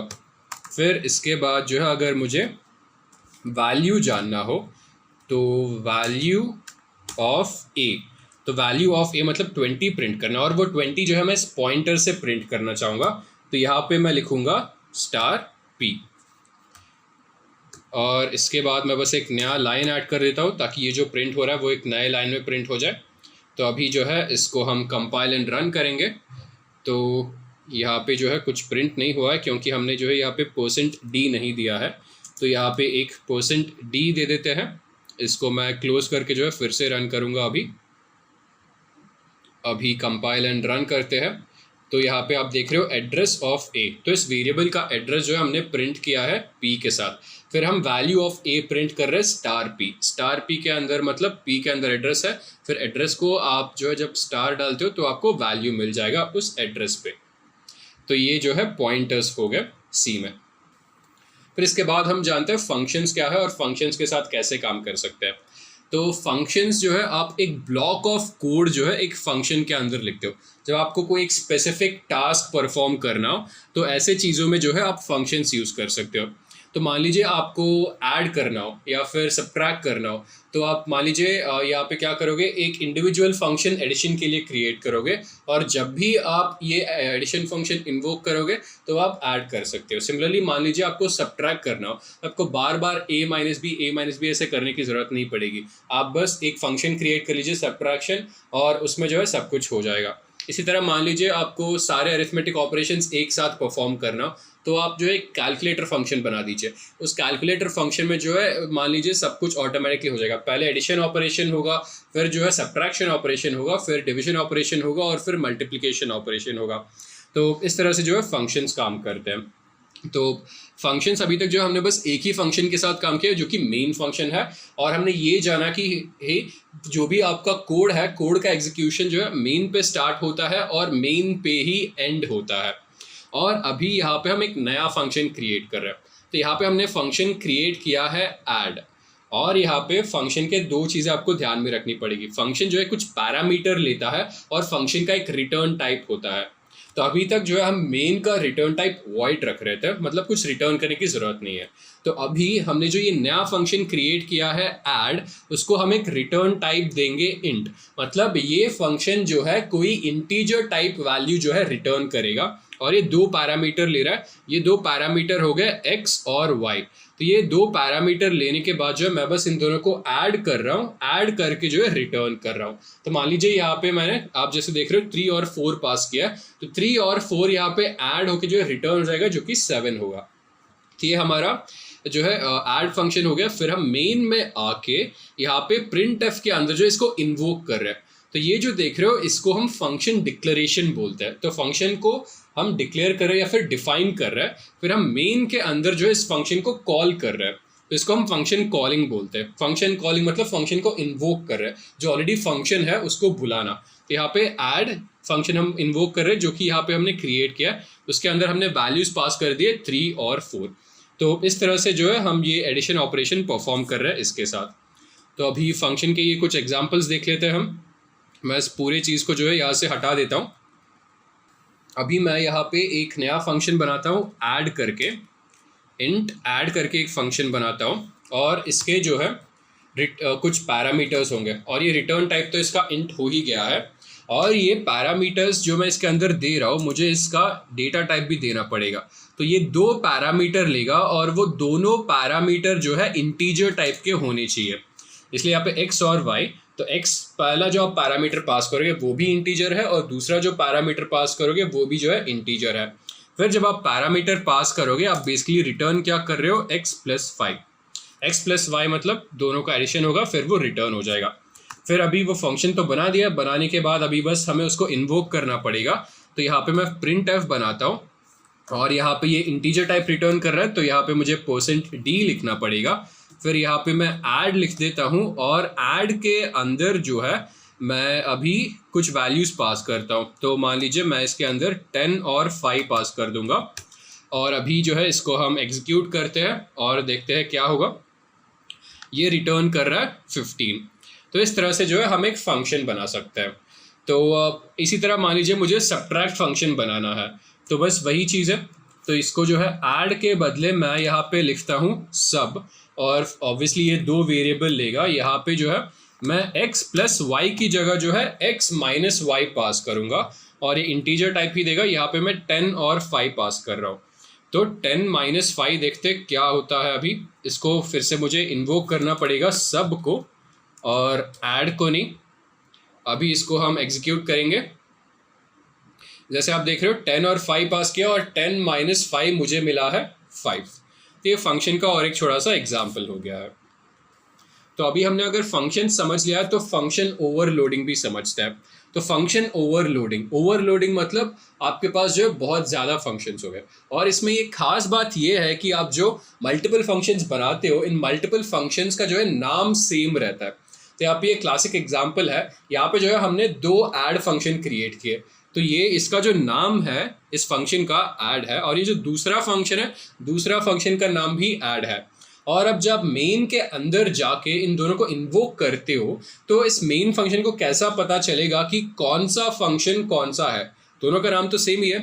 तो मान लीजिए आप क्लास में बैठे हो और उस क्लास में जो है 2 रजत है, और टीचर ने जो है पूछा है रजत प्लीज गेट अप। तो अभी अगर 2 रजत है, उन दोनों रजत में से कौन उठेगा? तो ये कन्फ्यूजन है। तो इसलिए जो है अभी नाम के साथ हम सरनेम भी लगाते हैं, या फिर उसका एज होगा, या फिर मान लीजिए कोई टॉपर है या फिर कोई फेलियर है, ऐसा आप जो है कोई आइडेंटिटी लेके उनको जो है आप समझ सकते हो। तो इस तरह से जो है यहाँ पे हमारे 2 ऐड फंक्शन हो गए, और इस ऐड फंक्शन में जो है पैरामीटर्स अलग है और इसका रिटर्न टाइप अलग है। अगर हम ये वाला ऐड फंक्शन ले तो आप यहाँ पे देख रहे हो इसके 2 पैरामीटर्स है, वो दोनों पैरामीटर्स जो है डबल टाइप के हैं, और ये रिटर्न भी कर रहा है डबल टाइप का वैल्यू।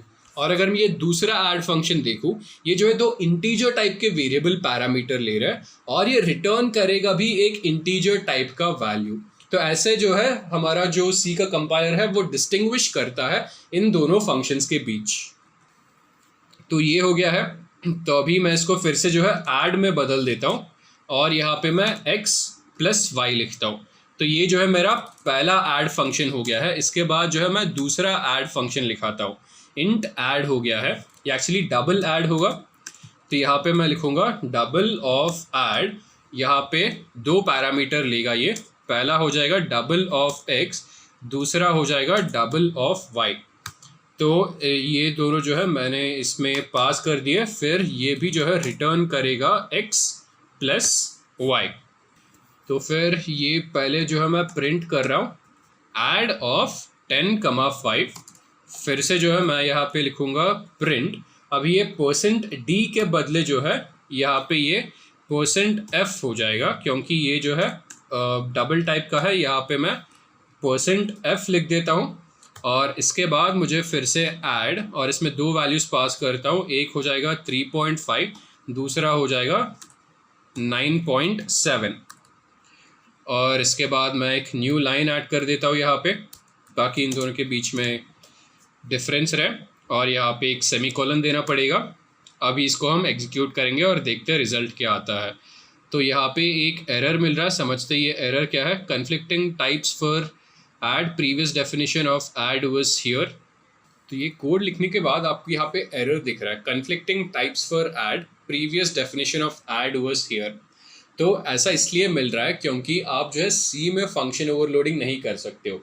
आप C++ में कर सकते हो, जावा में कर सकते हो, और पाइथन में कर सकते हो, बट जब सी की बात आती है, क्योंकि सी जो है एक्सप्लिसिटली ऑब्जेक्ट ओरिएंटेड प्रोग्रामिंग को सपोर्ट नहीं करता है, इसलिए जो है आप जो है इसमें फंक्शन ओवरलोडिंग नहीं कर सकते। तो ये चीज़ जो है आपको ध्यान में रखना पड़ेगा।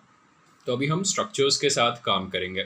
तो स्ट्रक्चर एक यूजर डिफाइंड डेटा टाइप है, और इस यूजर डिफाइंड डेटा टाइप के अंदर जो है हम और मल्टीपल वेरिएबल्स डिफरेंट टाइप के डेटा के स्टोर कर सकते हैं। तो हमने एरे देखा था, एरे में जो है जो भी एलिमेंट स्टोर किया हम लोगों ने वो सब सेम डेटा टाइप के थे, बट यहाँ पे स्ट्रक्चर के अंदर हम जो है डिफरेंट टाइप के वेरिएबल स्टोर कर सकते हैं। और जो भी वेरिएबल हम क्रिएट करेंगे एक स्ट्रक्चर के अंदर, हर एक वेरिएबल जो है एक इंडिविजुअल मेमोरी लोकेशन पे स्टोर होगा। जैसे यहाँ पे आप देख रहे हो, अगर मान लीजिए हमने 3 डिफरेंट वेरिएबल क्रिएट किए एक स्ट्रक्चर के अंदर, वो तीनों वेरिएबल जो है अलग अलग मेमोरी लोकेशन पे स्टोर होंगे। तो ये जो है स्ट्रक्चर का सिंटैक्स है। सबसे पहले आपको स्ट्रक्ट लिखना पड़ेगा, फिर उसके बाद जो है आप स्ट्रक्चर का नाम लिखोगे। तो यहाँ पे मैं एक पर्सन नाम का स्ट्रक्चर क्रिएट कर रहा हूँ, और जैसे कि आप देख रहे हो इसके अंदर जो है मैं 3 डिफरेंट टाइप के डेटा टाइप्स क्रिएट कर रहा हूँ। पहला जो है एक मैं कैरेक्टर एरे क्रिएट कर रहा हूँ, नेम, फिर मैं इंटीजर वेरिएबल क्रिएट कर रहा हूँ, सिटी नंबर, फिर मैं जो है एक salary variable float data type का क्रिएट कर रहा हूँ यहाँ पे। ये तीनों क्रिएट करने के बाद मुझे अगर अभी इन्वोक करना है तो यहाँ पे मुझे स्ट्रक्ट लिखना पड़ेगा, फिर उसके बाद मुझे स्ट्रक्चर का नाम, फिर जो भी मैं एक नया वेरिएबल देना चाहूँगा वो जो है इसका नाम लिख दूंगा। तो यहाँ पे एक person1 टाइप का जो है मैं क्रिएट कर रहा हूँ पर्सन। अभी जो ये पर्सन है, तो ये पर्सन खुद जो है एक यूजर डिफाइंड डेटा टाइप बन चुका है। तो जैसे आपके पास इंट था, फ्लोट था, कैरेक्टर हो गए, ये सब जो इनबिल्ट डेटा टाइप्स थे, तो इसी तरह से जो है आपने एक user defined data type create किया है पर्सन नाम का। तो अभी इस पर्सन नाम के डेटा टाइप का मैं एक वेरिएबल क्रिएट कर रहा हूँ पर्सन 1, और एक वेरिएबल क्रिएट कर रहा हूँ पर्सन 2। सिमिलरली इस पर्सन टाइप के डेटा टाइप का मैं एक जो है एरे क्रिएट कर रहा हूँ p, जिसमें 20 है यहाँ पे। तो p20 मतलब इसका आप ऐसा मान के चलिए इसका साइज 20 है, मतलब आप 20% स्टोर कर सकते हो, और एक एक पर्सन के अंदर जो है आप ये जो तीनों फीचर्स है वो तीनों फीचर्स स्टोर कर सकते हो। तो इस तरह से जो है स्ट्रक्चर वर्क करता है। तो अभी हम एक एग्जाम्पल देखते हैं इसका। तो जो भी हेडर फाइल्स है उन सभी को इंक्लूड कर लेते हैं। तो यहाँ पे मैं लिख देता हूँ #include stdio.h, फिर मुझे स्ट्रिंग को भी इंक्लूड करना पड़ेगा, तो यहाँ पे #include string.h लिख देता हूँ। फिर इन दोनों के बाद जो है मुझे स्ट्रक्चर एक बनाना पड़ेगा। तो स्ट्रक्चर बनाने के लिए मैं यहाँ पे लिखूँगा struct, फिर मुझे इस स्ट्रक्चर का नाम लेना पड़ेगा। तो यहाँ पे मैं इसका नाम जो है पर्सन दे देता हूँ, फिर यहाँ पे ब्रेसेस, और यहाँ पे ये इम्पॉर्टेंट है, तो यहाँ पे स्ट्रक्चर को एंड करने के लिए हमें एक सेमीकोलन देना पड़ेगा। तो ये आप मत भूलिएगा, यहाँ पे स्ट्रक्चर का जो है बॉडी इस सेमीकोलन से एंड होता है। तो मान लीजिए इस पर्सन का जो है एक आईडी है, तो यहाँ पे मैं लिख देता हूँ int id, और यहाँ पे एक कैरेक्टर एरे क्रिएट करता हूँ मैं, char name 20 लिख देता हूँ यहाँ पे मैं, और इसके बाद मैं एक सैलरी वेरिएबल क्रिएट करता हूँ int salary। तो इस तरह से जो है मैंने ये स्ट्रक्चर बना दिया है। अभी हम जो है हमारा मेन फंक्शन बनाते हैं। यहाँ पे मैं void main लिखूंगा, और void main के अंदर जो है मुझे इस पर्सन यूजर डिफाइंड डेटा जो क्रिएट किया है उसका एक वेरिएबल क्रिएट करता हूँ मैं। तो सिंटेक्स होगा struct person p1 क्रिएट कर रहा हूँ मैं। और अभी ये जो वेरिएबल क्रिएट किया है इस यूजर डिफाइंड डेटा टाइप का, अगर मुझे इसके अंदर इन तीनों को इन्वोक करना है तो डॉट ऑपरेटर यूज करना पड़ेगा। तो यहाँ पे मैं लिखूंगा p1 डॉट, आप देख रहे हो यहाँ पे ये तीनों ऑप्शंस आ गए, id, तो यहाँ पे id में जो है 1 असाइन कर रहा हूँ। फिर मुझे नाम देना पड़ेगा। नाम ऐसे मैं डायरेक्टली असाइन नहीं कर सकता, इसलिए जो है मैं strcpy फंक्शन यूज करूंगा, और यहाँ पे हो जाएगा p1 डॉट नेम, और p1 डॉट नेम में जो है मैं पास करूंगा, यहाँ पे मान लीजिए इस बंदे का नाम है सैम। तो strcpy हम ऑलरेडी देख चुके हैं, तो जो सैम है वो कॉपी होके जो है p1 डॉट नेम में स्टोर हो जाएगा। तो इस तरह से जो है मैंने इस पर्सन का नाम सेट कर दिया है। फिर मुझे इसका सैलरी सेट करना पड़ेगा, तो मैं यहाँ पे लिखता हूँ p1 dot salary is equal to, मान लेते हैं ये जो है इतना कमाता है, ये तीनों हो गए। अभी बस मुझे इन चीज़ों को प्रिंट करना पड़ेगा। तो प्रिंट f, यहाँ पे id of person s %d लिखता हूँ, और यहाँ पे हो जाएगा p1 डॉट id। इसी तरह से जो है मुझे इस बंदे का नाम लिखना पड़ेगा, यहाँ पे हो जाएगा नेम ऑफ पर्सन s, यहाँ पे %s लिख देता हूँ, और यहाँ पे जो है p1 डॉट, यहाँ पे इस बंदे का नाम हो जाएगा p1 dot name, and then finally मुझे इस बंदे का सैलरी प्रिंट करना पड़ेगा। तो यहाँ पे प्रिंट f, यहाँ पे salary of person s %d, फिर यहाँ पे मुझे फिर से p1 डॉट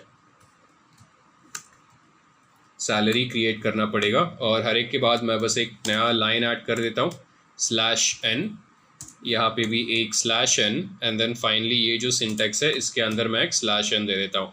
यहाँ पे बस मुझे इस पूरे कोड को get ch से जो है एंड करना पड़ेगा। अभी इसको हम एग्जीक्यूट करते हैं। तो जैसे आप देख रहे हो हमने जो है हमारा स्ट्रक्चर क्रिएट कर लिया है पर्सन, और अभी इस पर्सन के अंदर हम इसको id सेट कर रहे हैं, नेम सेट कर रहे हैं, सैलरी। आप देख रहे हो id of person is 1, name of person is Sam, and salary of person is 1000। तो इस तरह से जो है हमने ये सेट कर दिया है। तो अभी स्ट्रक्चर के बाद हमारे पास यूनियन आता है। तो ये भी एक यूजर डिफाइंड डेटा टाइप ही है। द ओनली डिफरेंस है स्ट्रक्चर में जो है हर एक वेरिएबल जो है एक डिफरेंट मेमोरी लोकेशन पे स्टोर था, तो इस तरह से जो है वो बहुत ज़्यादा मेमोरी ले लेता था। तो अभी जब आप यूनियन की बात करते हो, यूनियन में जो है सारे वेरिएबल्स एक जो है शेयर्ड मेमोरी लोकेशन में रहते हैं। तो ये जो है शेयर्ड मेमोरी लोकेशन है, और इस शेयर्ड मेमोरी लोकेशन में मान लीजिए आपके पास 3 वेरिएबल है, तो तीनों वेरिएबल जो है इसी शेयर्ड मेमोरी लोकेशन में रहेंगे। और इसका सिंटेक्स ये है, तो जैसे स्ट्रक्चर के लिए आप स्ट्रक्ट लिखते थे, इसीलिए यूनियन के लिए जो है आप यूनियन स्टूडेंट लिखोगे, और इसके अंदर जो भी वेरिएबल्स है वो वेरिएबल्स यहाँ पे दे दोगे। और फिर मेन के अंदर आपको कुछ क्रिएट करना हो, यहाँ पे जो है इस तरह से आप क्रिएट करोगे। आप यहाँ पे लिख रहे हो यूनियन स्टूडेंट रिपोर्ट।